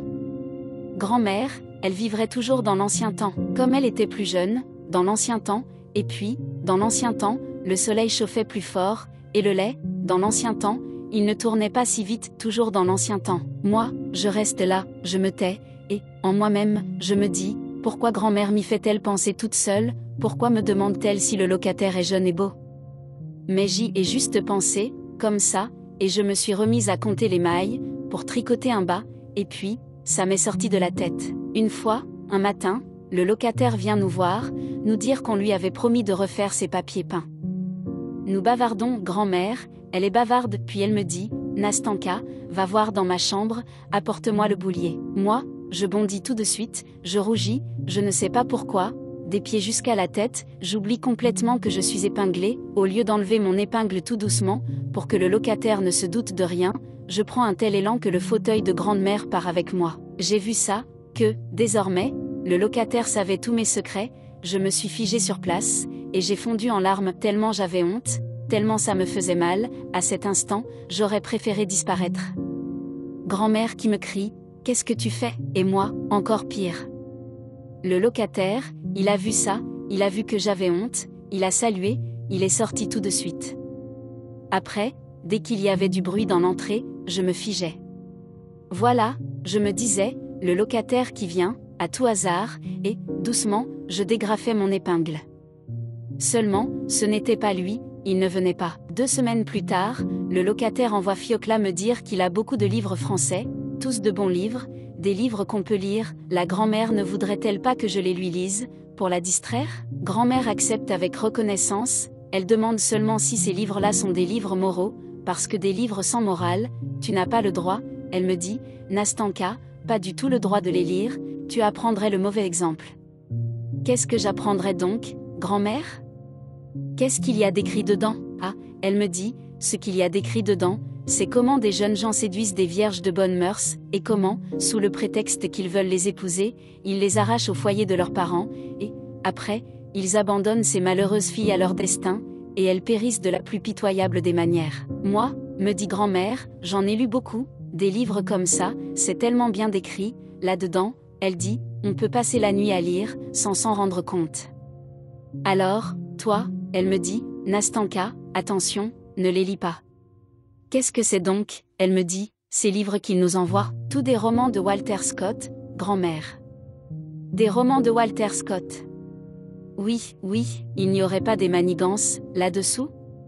Regarde bien, il n'y aurait pas glissé un petit billet galant? Non, je réponds, grand-mère, il n'y a pas de billet.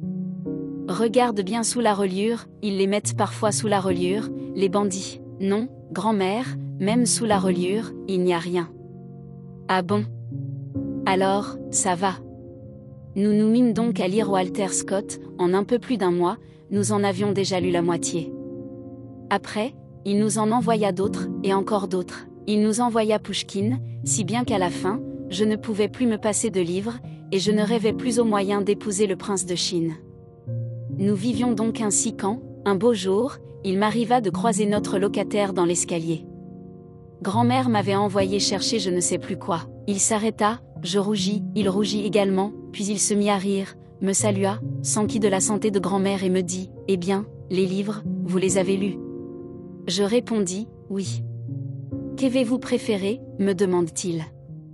Moi, je lui réponds, « J'ai préféré Ivanhoé, et puis Pouchkine. » Cette fois, nous en sommes restés là. 1 semaine plus tard, je le croise à nouveau dans l'escalier.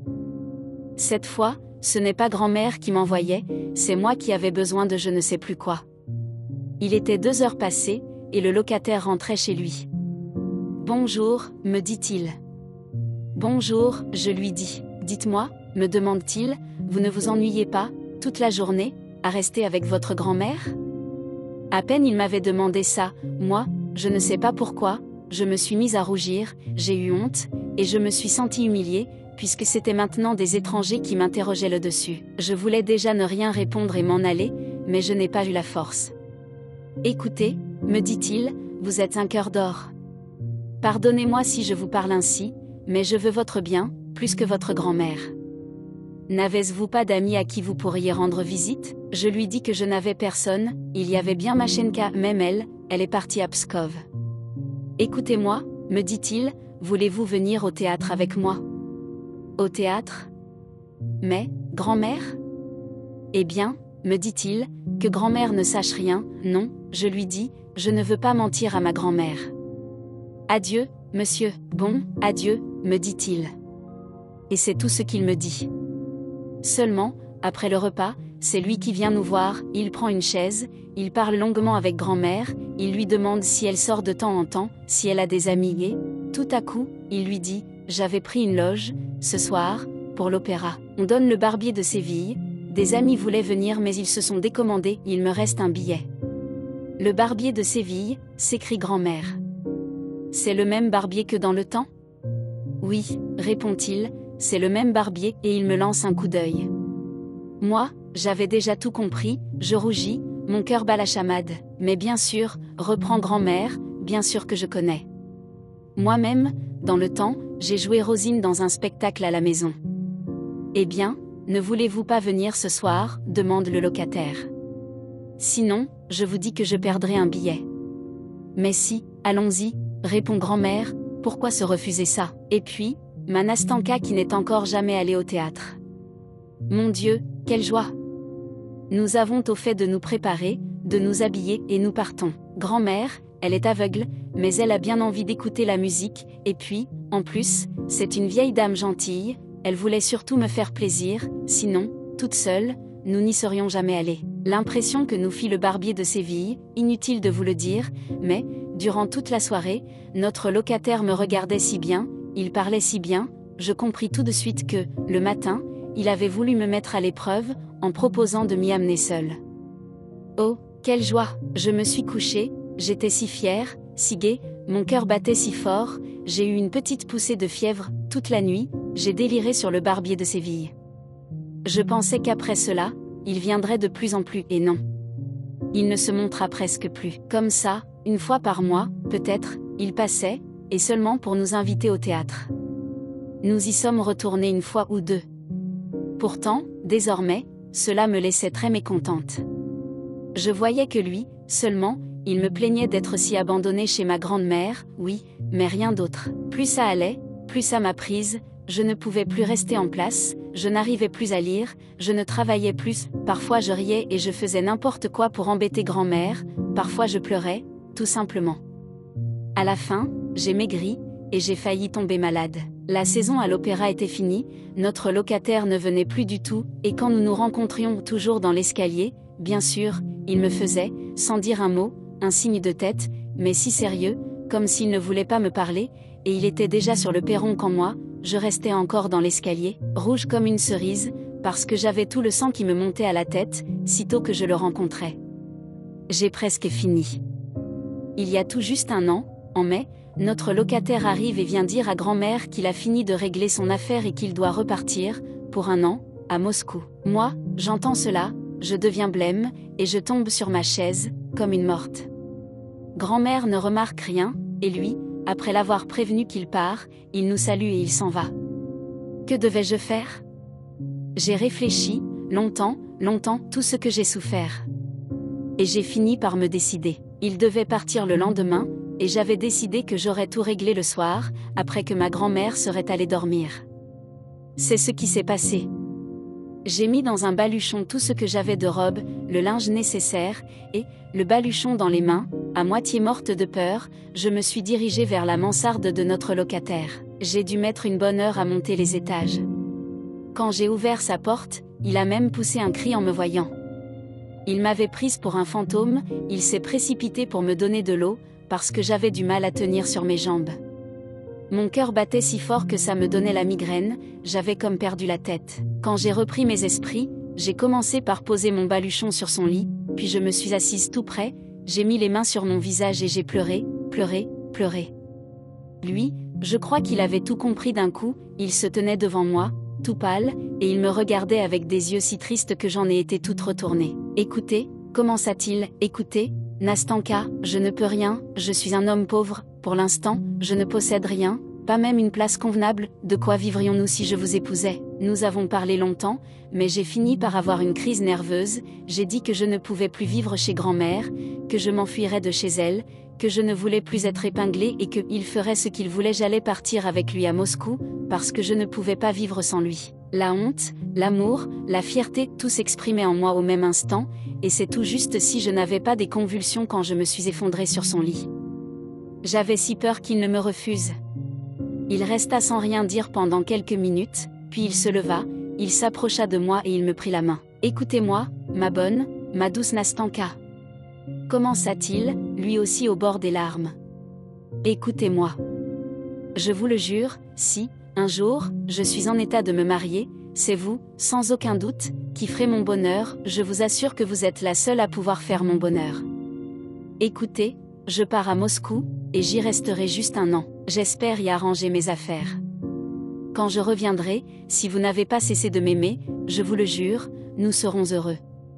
Maintenant, c'est impossible, je ne peux pas, je n'ai pas même le droit de vous le promettre. Mais, je le répète, si cela ne se fait pas dans 1 an, cela se fera un jour, sans aucun doute, évidemment, au cas où vous ne me préférerez pas un autre, parce que je ne peux pas, et je n'en ai pas le droit, vous lier par un serment. Voilà ce qu'il me dit, et il partit le lendemain. Nous avions décidé tous deux de ne rien dire à ma grand-mère. C'est ce qu'il avait voulu. Voilà, maintenant, mon histoire est presque terminée. Il s'est passé exactement 1 an. Il est revenu, il est ici depuis déjà 3 jours et quoi? M'écriai-je, impatient de connaître la fin. Il n'est pas venu de tout ce temps-là, répondit Nastanka, comme si elle rassemblait toutes ses forces. Pas même un signe de vie. Ici, elle s'arrêta, se tut quelques secondes, baissa la tête et, brusquement, les mains sur le visage, elle sanglota si fort que ses sanglots me percèrent le cœur. Jamais je n'aurais prévu un dénouement pareil. Nastanka, fis-je, m'approchant, d'une voix mal assurée. Nastanka, au nom du ciel, ne pleurez pas, qu'en savez-vous? Peut-être n'est-il pas encore rentré, mais non, reprit Nastanka. Il est là, je le sais. Nous en étions convenus, dès ce soir-là, avant qu'il ne parte, quand nous nous sommes dit ce que je vous ai rapporté, nous étions convenus que nous sortirions nous promener, là, sur ce quai. Il était 10 heures, nous étions assis sur ce banc, je ne pleurais plus, je me sentais si bien à écouter ce qu'il disait. Il m'a dit qu'il viendrait nous voir sitôt qu'il arriverait et que, si je ne le refusais pas, nous irions tout raconter à grand-mère. Maintenant, il est rentré, je le sais, et lui, il n'est pas là, Elle eut une autre crise de larmes. Mon Dieu! Mais n'y a-t-il vraiment aucun moyen de réparer ce malheur? M'écriai-je au comble du désespoir en bondissant de mon banc. Dites, Nastanka, serait-il impossible que, moi, j'aille le voir? Vous croyez que c'est possible, dit-elle, levant soudain la tête. Non, bien sûr que non, remarquai-je, me reprenant. Mais, tenez, écrivez-lui une lettre. Non, c'est impossible, je ne peux pas, répondit-elle d'une voix ferme, mais elle avait baissé de nouveau la tête et ne me regardait plus. Comment, vous ne pouvez pas? Comment donc? Poursuivis-je, me cramponnant à mon idée. Mais savez-vous quelle lettre, Nastanka? Il y a lettre et lettre, et... Ah, Nastanka, mais oui. Fiez-vous à moi, fiez-vous à moi. Je ne vous donnerai pas de mauvais conseils. Tout peut encore s'arranger. C'est vous qui avez fait le premier pas, alors, pourquoi, maintenant, impossible? Impossible, j'aurais l'air de m'imposer, oh, ma gentille Nastanka, l'interrompis-je sans cacher mon sourire, mais non, vous en avez le droit, à la fin, parce que c'est lui qui vous a fait un serment. Et puis, tous les signes me montrent que c'est un homme délicat, qu'il a très bien agi, poursuivis-je, de plus en plus exalté par la logique de mes conclusions et de mes convictions. Comment a-t-il agi? Il s'est lié par une promesse. Il a dit qu'il ne se marierait avec personne d'autre que vous. S'il se mariait, à vous, il vous a laissé la pleine liberté de le refuser à tout moment. Ainsi, vous pouvez faire le premier pas, vous en avez le droit, vous avez un avantage sur lui, ne serait-ce que, par exemple, si vous aviez voulu le délier de sa promesse, écoutez-moi, comment auriez-vous écrit cela? Quoi? Mais la lettre. Moi, voilà comment je l'aurais écrite. Monsieur, c'est absolument indispensable, monsieur? Absolument. Remarquez, en fait. Je me demande, bon, continuez. Monsieur. Excusez-moi de... En fait, non, vous n'avez besoin d'aucune excuse. Le fait même vous justifie, écrivez simplement, je vous écris. Pardonnez mon impatience, mais, une année entière je fus heureuse d'espoir, est-ce ma faute si je me vois aujourd'hui incapable de supporter aussi les jours de doute? Maintenant que vous êtes revenu, peut-être avez-vous modifié vos intentions. Cette lettre vous dira alors que je ne me plains ni ne vous accuse. Je ne vous accuse pas car je n'ai point de pouvoir sur votre cœur, tel est sans doute mon destin. Vous êtes un homme honnête. Ces lignes impatientes n'éveilleront ni votre sourire ni votre agacement. Souvenez-vous qu'elles sont écrites par une pauvre jeune fille, qu'elle est seule, qu'elle n'a personne qui l'instruise ou lui donne un conseil, et qu'elle n'a jamais su faire obéir son cœur. Mais pardonnez-moi si le doute s'est glissé un instant dans mon âme. Vous êtes incapable, même par la pensée, d'offenser celle qui vous a tant aimé, et qui vous aime. Oui.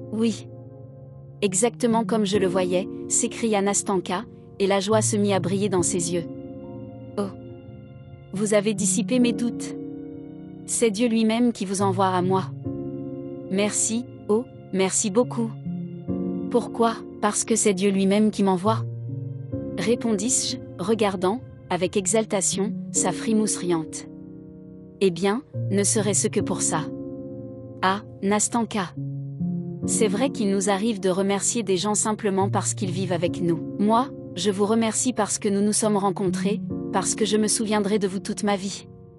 Bon, assez, et maintenant, voilà, écoutez bien, nous avions conclu que, sitôt qu'il rentrerait, il me le ferait savoir en me laissant une lettre à un endroit, chez des amis à moi, des gens braves et gentils, qui ne savent rien de tout cela, ou bien, s'il ne pouvait pas m'écrire une lettre, parce que, parfois, on ne peut pas tout dire dans une lettre, que, le jour même où il serait de retour, il viendrait ici, à 10 heures précises, c'est là que nous avons décidé de nous retrouver. Je sais déjà qu'il est revenu, mais voilà 3 jours qu'il n'y a ni lettre ni lui. Quitter grand-mère le matin, cela m'est absolument impossible. Donnez ma lettre demain à ces braves gens que je vous ai dit, ils feront la commission, et, s'il y a une réponse, vous me la rapporterez le soir, à 10 heures. Mais la lettre. Avant, il faut l'écrire, cette lettre. Ce n'est qu'après-demain que tout sera fait. La lettre, répondit Nastanka un peu confuse, la lettre, mais... Elle ne finit pas sa phrase. Elle commença par détourner sa petite frimousse, rougie comme une rose, et, soudain, je sentis une lettre dans ma main, une lettre qu'elle avait sans doute écrite depuis longtemps, toute prête, cachetée. Un souvenir familier, bien aimé, gracieux me passa par la tête. R-O-S-I-C-N-A-N-A, entonnai-je. Rosina. Nous mîmes-nous à chanter, moi, tout juste si je ne l'étreignais pas, d'exaltation, elle, rougissant tant qu'elle pouvait, riant à travers les larmes qui, comme de petites perles, tremblaient sur ses cils noirs. Oh, assez. Adieu, maintenant, me dit-elle à la hâte. Voilà la lettre, voici l'adresse où la porter. Adieu. Au revoir. À demain. Elle me serra très fort les 2 mains, hocha la tête et fila, comme une flèche, dans sa ruelle. Je restai longtemps figé, la suivant du regard. À demain, entendis-je en moi-même quand elle eut disparu. Nuit 3e. Le jour d'aujourd'hui fut triste, pluvieux, sans éclaircie, un peu comme ma vieillesse future. Des pensées si étranges m'oppressent, des sensations si sombres, des questions qui me restent encore si obscures s'amassent dans ma tête, et, je ne sais pas, je n'ai pas la force, pas le désir de les résoudre. Ce n'est pas à moi de résoudre tout cela. Aujourd'hui, nous ne nous verrons pas. Hier, quand nous nous sommes quittés, les nuages commençaient à recouvrir le ciel, et le brouillard montait. Je lui dis qu'il allait faire mauvais le lendemain, elle ne répondit rien, elle ne voulait rien dire contre elle-même, pour elle, ce jour était brillant et clair, pas un nuage ne devait voiler son bonheur. S'il pleut, nous ne nous verrons pas, dit-elle. Je ne viendrai pas. Je pensais qu'elle n'aurait pas même remarqué la pluie, et non, elle n'est pas venue. Hier eut lieu notre 3e rencontre, notre 3e nuit blanche. Pourtant, comme la joie et le bonheur vous rendent beau. Comme le cœur bouillonne d'amour, il semble qu'on veuille épancher tout son cœur dans le cœur de l'autre, on veut que tout soit gai, riant. Et que cette joie est communicative. Hier, tant de langueur dans ses paroles, tant de bonté pour moi dans son cœur. Comme elle me choyait, comme elle se montrait caressante, qu'elle donnait de courage, de tendresse à mon cœur, et que de coquetterie dans ce bonheur. Et moi? Je prenais tout pour argent comptant, je pensais qu'elle. Mais, Seigneur Dieu, comment pouvais-je penser cela? Comment pouvais-je être si aveugle, lorsque tout était déjà pris par un autre, que rien n'était à moi, quand, à la fin, même cette tendresse, ce souci, même cet amour, oui, son amour pour moi, tout cela n'était rien que la joie qu'elle éprouvait de revoir bientôt un autre homme, le désir de me communiquer à moi aussi ce même bonheur. Lorsqu'il fut visible qu'il ne viendrait pas, que nous avions attendu pour rien, elle s'assombrit, fut prise de crainte, de frayeur.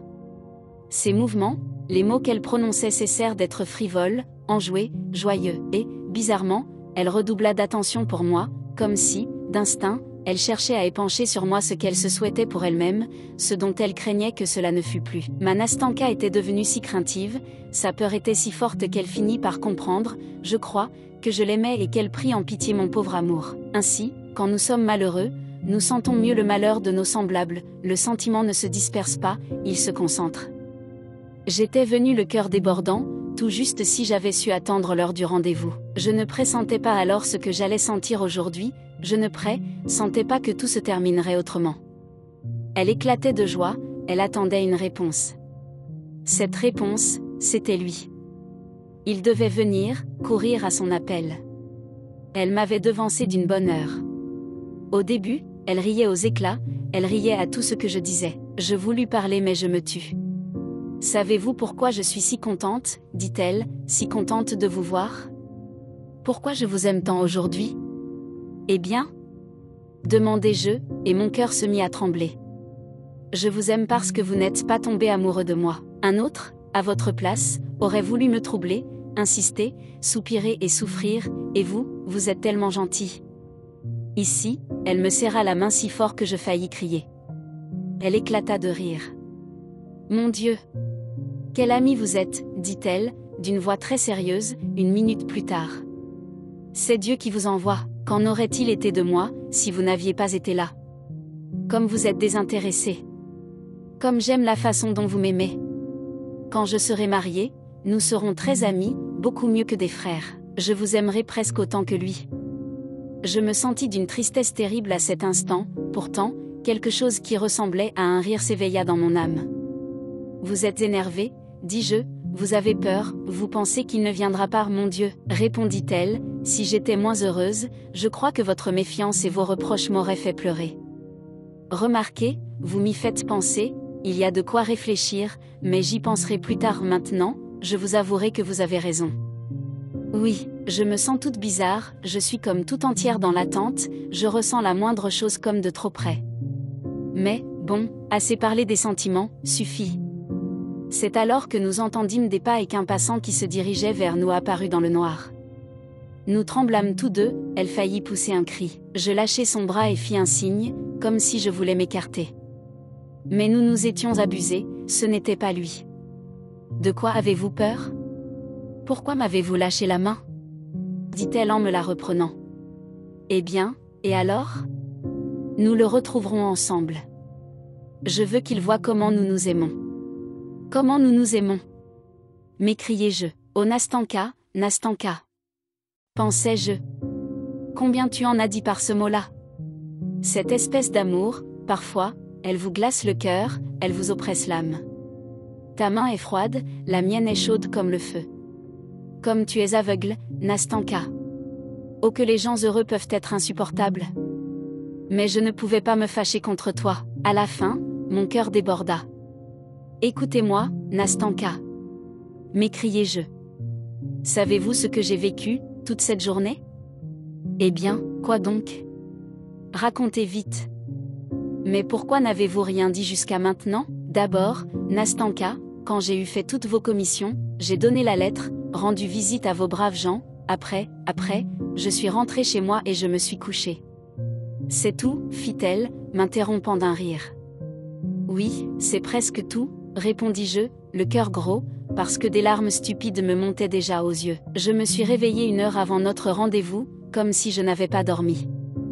Je ne sais pas ce qui m'est arrivé. Je marchais, je voulais tout vous raconter, comme si, pour moi, le temps venait de s'arrêter, comme s'il n'y avait qu'une sensation, un sentiment qui devait rester en moi de ce moment-là pour toute l'éternité, comme si toute la vie s'était arrêtée pour moi.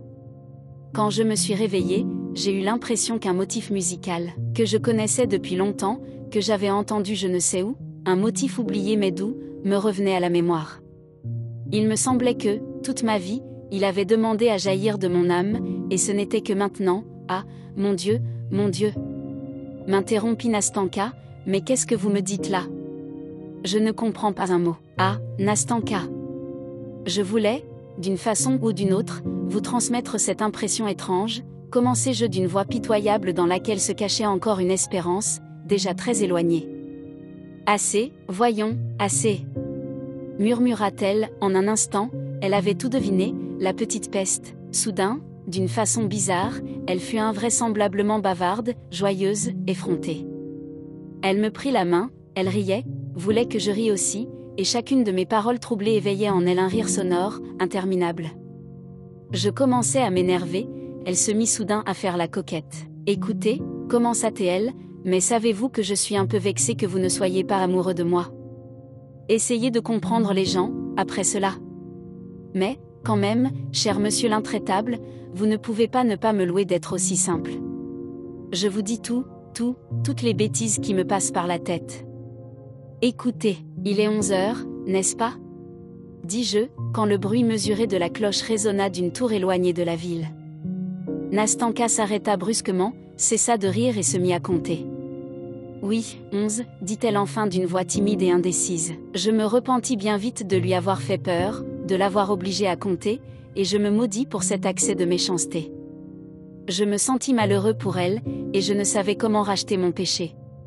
Je me mis à la consoler, à chercher des raisons pour son absence, à inventer toutes sortes d'arguments, de preuves. Nul n'était plus facile à berner qu'elle à cet instant, et il est vrai que chacun, en un instant pareil, écoute avec bonheur n'importe quelle consolation, chacun déborde littéralement de joie s'il trouve ne serait-ce que l'ombre d'une justification. Et puis, c'est ridicule, commençai-je, m'échauffant de plus en plus, et m'étonnant moi-même de la clarté extraordinaire de mes démonstrations, mais il ne pouvait pas venir, moi aussi, vous m'avez fait me tromper, vous m'avez embrouillé, Nastanka, je ne sais même plus compter le temps. Réfléchissez un peu, il a à peine eu le temps de recevoir la lettre, supposons qu'il ne puisse pas venir, supposons qu'il réponde eh bien, sa lettre, vous ne l'aurez pas avant demain. Moi, dès demain, à l'aube, j'irai la chercher, et je vous le ferai savoir tout de suite. Supposez, enfin, 1000 choses vraisemblables, eh bien, qu'il n'était pas chez lui quand la lettre est arrivée, peut-être ne l'a-t-il pas lue jusqu'à présent? Sait-on jamais? Oui, répondit Nastanka, je n'y avais même pas pensé, bien sûr qu'on ne sait jamais, poursuivait-elle de la voix la plus conciliante, dans laquelle, comme une dissonance désagréable, on entendait une autre pensée, dissimulée. Voilà ce que vous allez faire, poursuivait-elle. Vous y allez demain le plus tôt possible, et, si vous recevez quelque chose, vous me le faites savoir tout de suite. Vous savez bien où j'habite? Et elle commença à me répéter son adresse. Après, elle devint soudain si tendre, si timide avec moi. Elle écoutait attentivement, semblait-il, ce que je lui disais, mais, quand je m'adressai à elle pour lui poser une question, elle garda le silence, se troubla et tourna sa jolie petite tête. Je regardai ses yeux et oui, elle pleurait. Mais voyons, mais enfin, mais quel enfant vous faites? Quelle gaminerie! Assez! Elle tenta de sourire, de se calmer, mais son menton tremblait, sa poitrine se soulevait toujours. Je pense à vous, me dit-elle après un silence d'une minute, vous êtes si bon, j'aurais un cœur de pierre si je ne le sentais pas. Savez-vous ce qui vient de me passer par la tête? Je vous comparais tous les deux. Pourquoi n'est-il pas vous? Pourquoi n'est-il pas comme vous? Il est moins bien que vous, même si je l'aime plus que vous. Je ne répondis rien. Elle attendait, semblait-il, que je dise quelque chose. Bien sûr, je ne le comprends pas encore peut-être entièrement, je ne le connais pas entièrement. Vous savez, c'est comme si j'avais toujours eu peur de lui, il a toujours été tellement sérieux, tellement fier, on aurait dit. Bien sûr, je sais que c'est juste l'air qu'il a, son cœur est bien plus doux que le mien. Je me souviens du regard qu'il m'a lancé quand je suis entrée chez lui avec mon baluchon, vous vous souvenez? Mais, quand même, je crois que c'est comme si je le respectais trop, et cela veut dire, n'est-ce pas? Que nous ne sommes pas égaux, non, Nastanka, non, répondis-je, cela veut dire que vous l'aimez plus que tout au monde, que vous l'aimez beaucoup plus que vous-même. Oui, supposons que c'est cela, répondit la naïve Nastanka, mais savez-vous ce qui vient de me passer par la tête? Mais, ce que je vais dire, ce ne sera pas sur lui, ce sera en général, il y a longtemps que j'ai pensé à ça.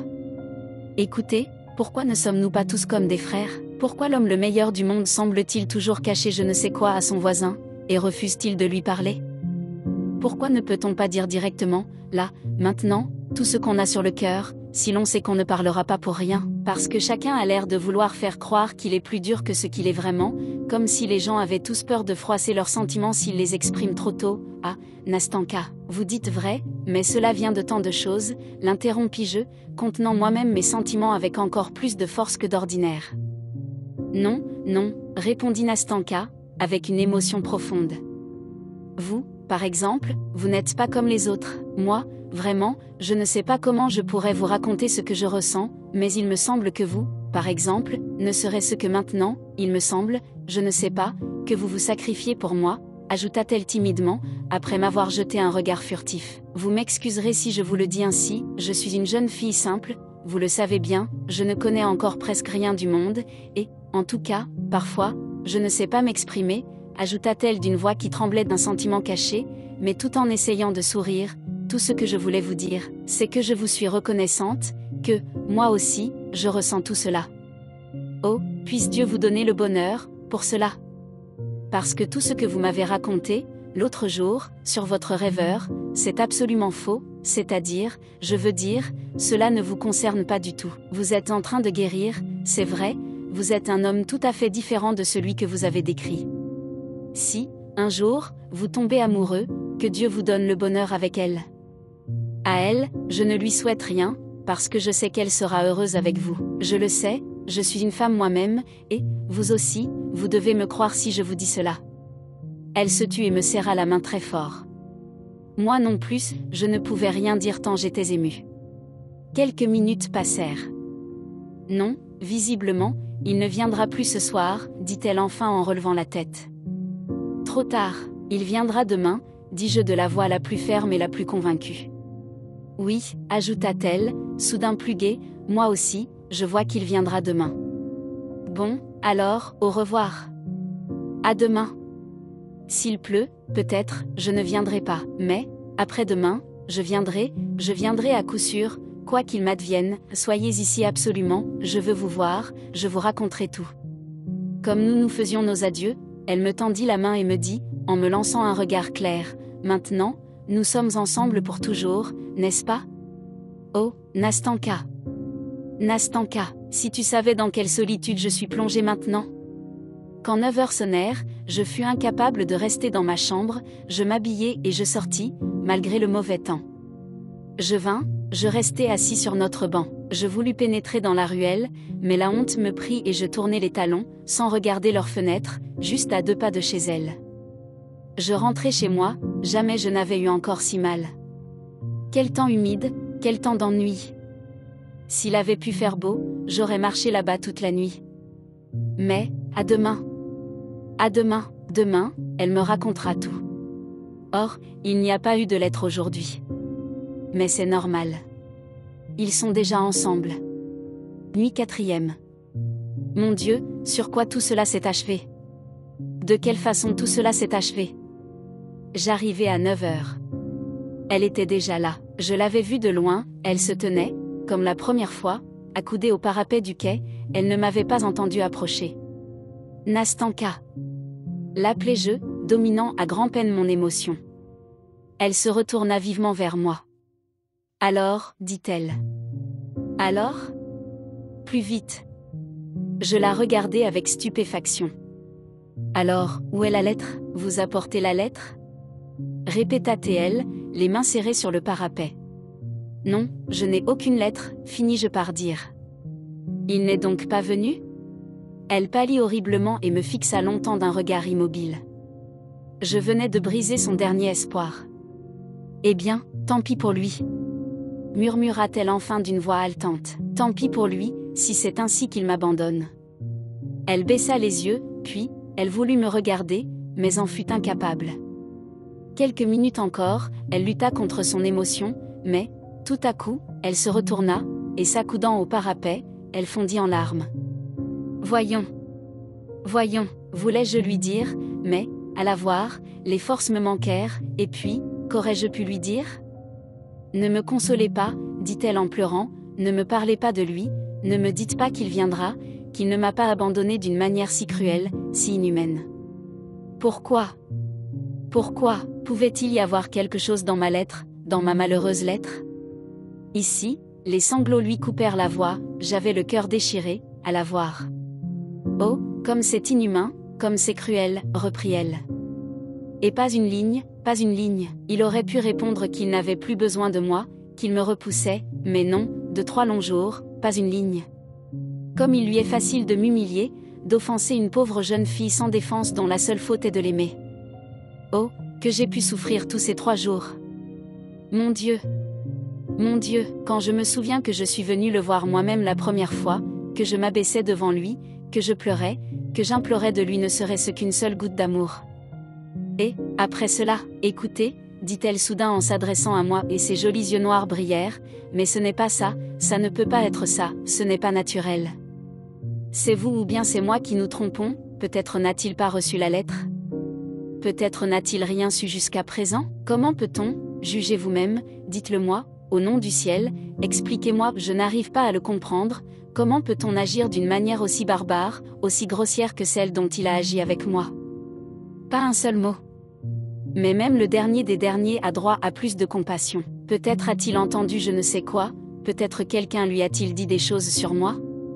S'écria-t-elle, s'adressant à moi par cette question. Dites, qu'en pensez-vous? Écoutez, Nastanka, dès demain, j'irai le trouver de votre part. Oui, je lui demanderai tout, je lui dirai tout. Oui, vous écrirez une lettre. Ne dites pas non, Nastanka, ne dites pas non. Je l'obligerai à respecter votre acte, il saura tout, et si, non, mon ami, non, me coupa-t-elle. Assez. Plus un mot de ma part, plus une ligne. Assez. Je ne le connais pas, je ne l'aime plus, je vais l'oublier. Elle n'acheva pas sa phrase. Calmez-vous. Calmez-vous, asseyez-vous ici, Nastanka, lui dis-je, l'asseyant sur le banc. Mais je suis calme. Ça suffit. Ce n'est rien. Ce sont des larmes, ça va sécher. Vous pensez quoi? Que je vais me tuer, me jeter à l'eau? Mon cœur débordait, je voulais me mettre à parler, je ne pouvais pas, écoutez-moi. Poursuivit-elle, me saisissant la main. Dites-moi, vous-même, vous n'auriez pas agi ainsi. Vous n'auriez pas abandonné celle qui serait venue vous trouver d'elle-même, lui auriez-vous jeté au front ce sarcasme impudent sur son stupide et pauvre cœur?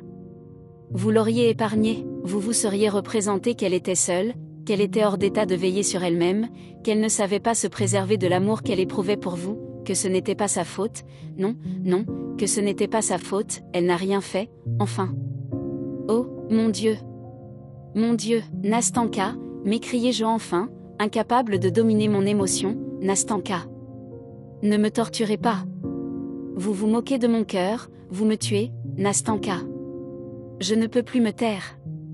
Je dois parler enfin, je dois exprimer tout ce qui bout ici, au fond de ce cœur.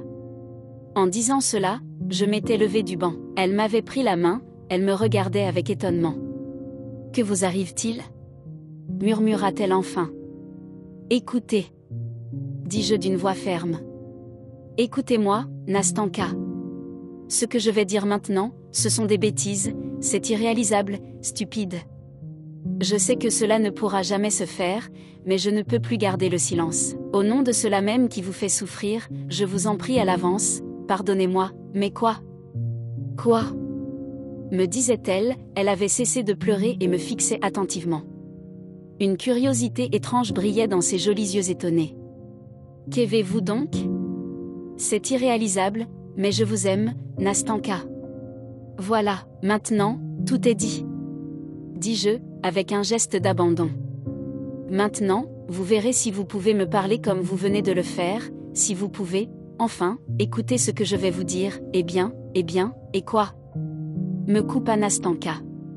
Qu'est-ce que cela fait? Voyons, Je sais depuis longtemps que vous m'aimez, seulement, il me semblait que vous m'aimiez comme ça, tout simplement, je ne sais pas.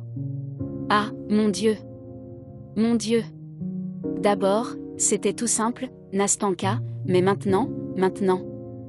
Je suis exactement comme vous quand vous êtes venu chez lui avec votre baluchon. Non, pire que vous, Nastanka, parce que lui, à ce moment, il n'aimait personne, et, vous aimez. Mais qu'est-ce que vous me dites là? Mais, enfin, je ne vous comprends plus.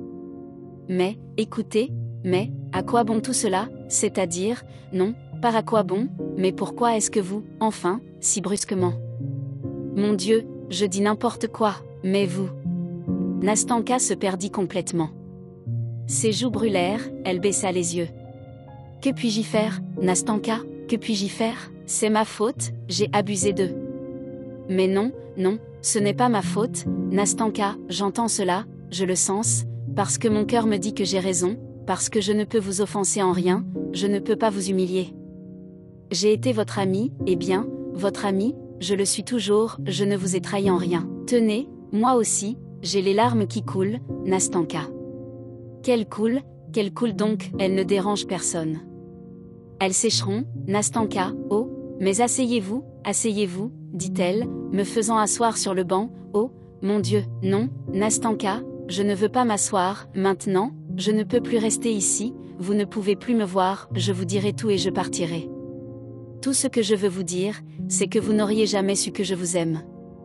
J'aurais emporté ce secret dans ma tombe. Je ne vous aurais jamais torturé maintenant, dans une telle minute, avec mon égoïsme. Non. Mais je n'ai pas eu la force de supporter, c'est vous qui en avez parlé vous-même, c'est votre faute, tout est de votre faute, moi, ce n'est ma faute en rien. Vous ne pouvez pas me chasser, mais je ne vous chasse pas, non, me disait Nastanka, cachant, autant qu'elle le pouvait, son trouble, la pauvre petite.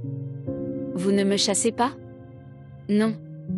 Moi qui voulais m'enfuir tout seul, et je vais m'en aller quand même, mais, d'abord, je dirai tout, parce que, quand vous parliez, là, maintenant, je n'ai pas eu la force de rester en place, quand vous pleuriez, quand vous vous torturiez, parce que, laissez-moi dire le mot, Nastanka, parce qu'on vous repousse, parce qu'on a repoussé votre amour, j'ai entendu qu'il y avait tant d'amour pour vous au fond de mon cœur, Nastanka, tant d'amour.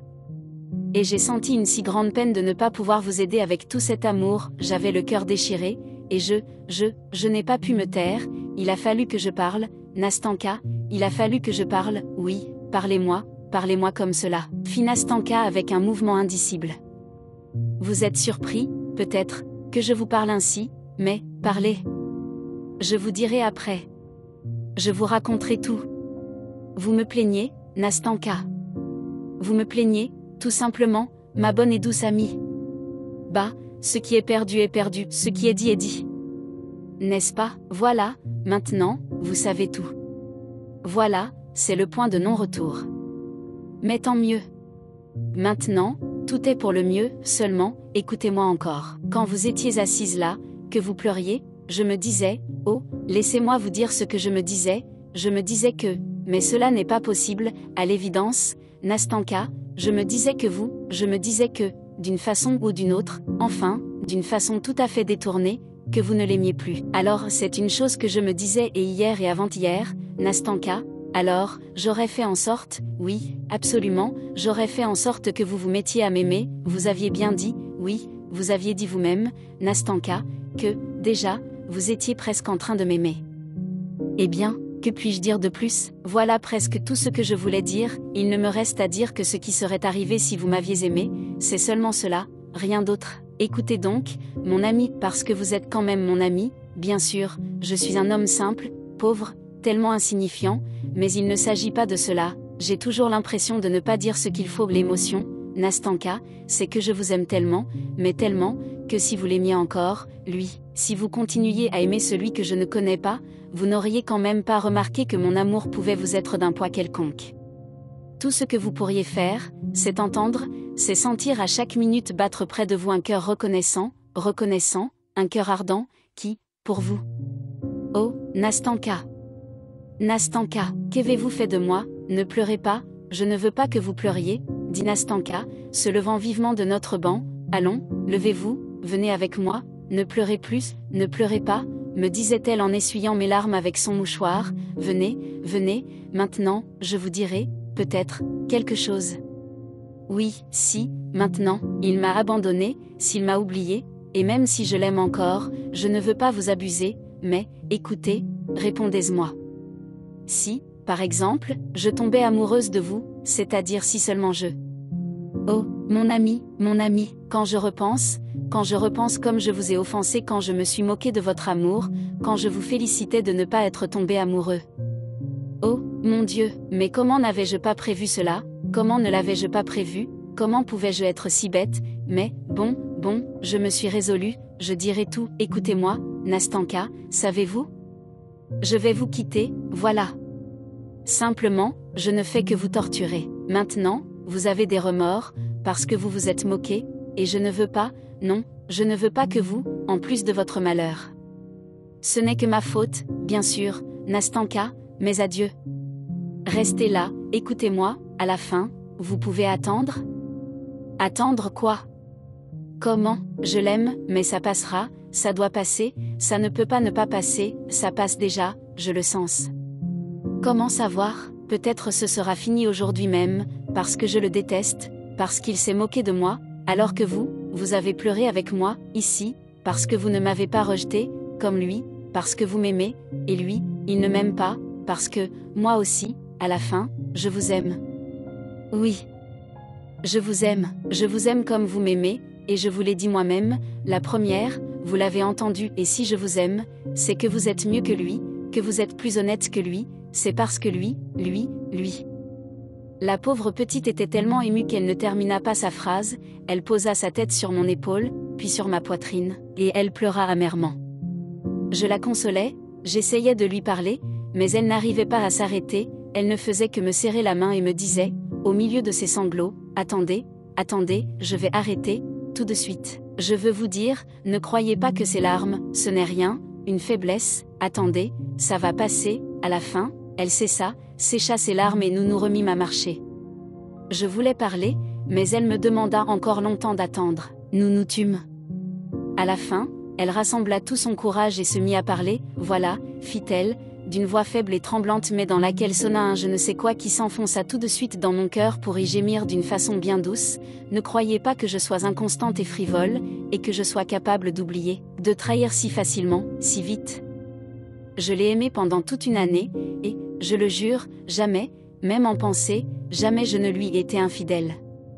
Cela, il l'a méprisé, il s'est moqué de moi, tant pis pour lui. Mais il m'a fait du mal, et il m'a humilié. Je ne l'aime pas, parce que je ne peux aimer que ce qui est grand, ce qui me comprend, ce qui est noble, parce que je suis ainsi moi-même, et lui, il est indigne de moi, et bien, tant pis pour lui.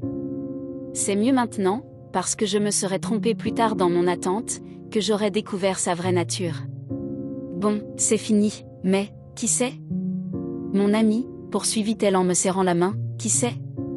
Peut-être tout mon amour n'était-il qu'un mensonge des sens, de l'imagination, peut-être n'a-t-il commencé que comme un enfantillage, par des sottises, parce que j'étais sous la surveillance de ma grand-mère, peut-être dois-je en aimer un autre, oui, un autre homme, un homme différent, qui me plaindrait, et... Mais laissons cela, laissons, fit Nastanka, s'interrompant, le souffle coupé par l'émotion, je voulais vous dire que si, bien que je l'aime, non, que je l'ai aimé, si, malgré ce que vous direz encore, si vous sentez que votre amour est assez grand pour parvenir enfin à chasser de mon cœur celui que j'avais, si vous voulez avoir pitié de moi, si vous refusez de me laisser seule à mon destin, sans consolation, sans espoir, si vous voulez m'aimer toujours, comme vous m'aimez maintenant, alors, je le jure, ma reconnaissance, et mon amour sera finalement digne de votre amour. Me prendrez-vous la main, maintenant? Nastanka, m'écriai-je, étouffant de sanglots, Nastanka. Oh Nastanka, bon, ça suffit. Bon, ça suffit vraiment, dit-elle soudain, ayant du mal à se dominer. Maintenant, tout est dit, n'est-ce pas? Oui, bon, vous êtes heureux, et moi aussi, je suis heureuse, mais plus un mot de cela, attendez, ayez pitié de moi. Parlez de quelque chose d'autre, au nom du ciel, oui, Nastanka, oui. Assez sur cela, maintenant, je suis heureux, Bon, Nastanka, bon, Parlons d'autre chose, vite, parlons vite, oui, je suis prêt. Et nous ne savions pas de quoi parler, nous rions, nous pleurions, nous disions mille mots sans queue ni tête, soit nous marchions le long du trottoir, soit, brusquement, nous revenions sur nos pas, et nous nous mettions à traverser la rue, puis nous nous arrêtions, puis nous revenions sur le quai. Nous étions redevenus de vrais enfants. Aujourd'hui, je vis seul, Nastanka, murmurai-je, mais, demain.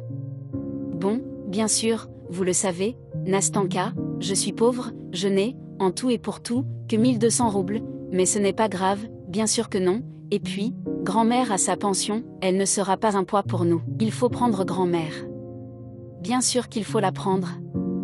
Mais, seulement, Matriona, ah, mais, chez nous aussi, il y a Fiokla. Matriona est gentille, mais elle a un défaut, elle n'a pas d'imagination, Nastanka, elle n'a pas la moindre imagination, mais ce n'est pas grave. Ça ne fait rien, elles pourront s'entendre, seulement, vous venez vivre chez nous demain. Comment ça? Chez vous? Bon, je suis prêt, oui, vous serez notre locataire. Chez nous, en haut, il y a la mansarde, elle est vide, nous avions une locataire, une vieille dame, de la noblesse, elle est partie, et grand-mère, je le sais, veut louer à un jeune homme, je lui dis, pourquoi un jeune homme? Et elle, comme ça, je suis vieille, mais, seulement, ne va pas croire, Nastanka, que je veux te marier. Moi, je devine bien que c'est ça qu'elle veut, ah, Nastanka. Et nous nous mîmes à rire. Bon, ça suffit, ça suffit. Mais où habitez-vous? J'ai déjà oublié. Là-bas, près du pont astérisque, l'immeuble de Baranikov. Une espèce de grand immeuble, comme ça? Oui, un grand immeuble. Ah, je connais, c'est très bien, comme immeuble, mais seulement, savez-vous, quittez-le vite, installez-vous vite chez nous, dès demain, Nastanka, dès demain, j'ai encore une petite dette pour ma chambre, mais ce n'est rien. Je reçois bientôt mon salaire, et, vous savez, moi, peut-être, je vais donner des leçons. Je vais apprendre moi-même, et je donnerai des leçons, voilà qui est splendide.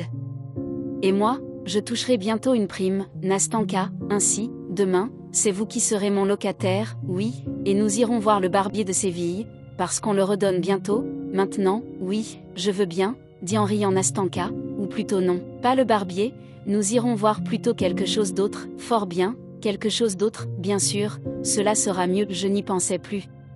En disant tout cela, nous étions comme brûlants, comme dans un brouillard, comme si nous ne savions pas nous-mêmes ce qui nous arrivait. Tantôt, nous nous arrêtions et nous parlions longtemps à la même place, tantôt nous nous remettions à marcher et nous arrivions Dieu sait où, et, de nouveau, les rires, les larmes.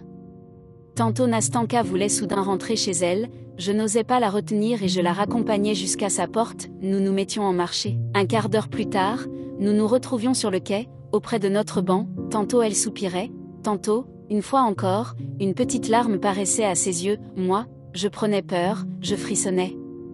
Mais, aussitôt, elle me serrait la main, et me traînait encore, pour marcher, bavarder, palabrer, il est temps, maintenant, il faut que je rentre, je pense qu'il est très tard, finit par dire Nastanka, assez d'enfantillage. Oui, Nastanka, mais, maintenant, je ne m'endormirai plus, je ne rentre plus chez moi. Moi non plus, je ne crois pas que je dormirai, mais vous me raccompagnez, absolument. Mais vous m'accompagnez absolument jusque chez moi, maintenant, jusqu'à la porte. Absolument, absolument. Parole d'honneur?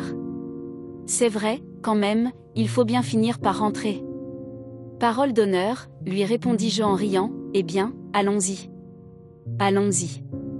Regardez le ciel, Nastanka, regardez. Demain sera un jour splendide, comme le ciel est bleu, et cette lune. Regardez ce nuage jaune qui vient de la voilée, regardez, regardez. Non, il est déjà passé. Mais regardez, regardez. Or Nastanka ne regardait pas le nuage, elle se tenait muette, paralysée, une minute plus tard, d'une façon incertaine, timide, elle se pressait contre moi. Sa main se mit à trembler dans la mienne, je la regardai. Elle se serra contre moi encore plus fort. À cette minute, nous vîmes passer devant nous un jeune homme. Il s'arrêta soudain, nous regarda fixement, puis, de nouveau, il refit quelques pas. Mon cœur trembla, Nastanka, dis-je à mi-voix, qui est-ce, Nastanka? C'est lui, répondit-elle à mi-voix, se serrant contre moi encore plus près, encore plus tremblante. Je faillis tomber à la renverse. Nastanka. Nastanka. C'est bien toi, dit une voix derrière nous, et, quelques instants plus tard, le jeune homme faisait quelques pas dans notre direction. Mon Dieu, quel cri! Comme elle sursauta, comme elle s'arracha de mes bras, comme elle vola à sa rencontre. Je restais là, je les regardais, plus mort que vif. Pourtant, à peine lui avait-elle donné la main, à peine s'était-elle jetée dans son étreinte, que, brusquement, une fois encore, elle se tournait vers moi, se retrouvait près de moi, comme une bourrasque, comme un éclair, et, avant même que j'eusse eu le temps de me remettre, elle s'accrochait à mon cou et me donnait un baiser passionné. Puis, sans me dire un mot, elle courut de nouveau vers lui, le prit par les mains, et l'entraîna avec elle. Je restai longuement figé, je les regardais partir. Enfin, ils disparurent de ma vue. Fin.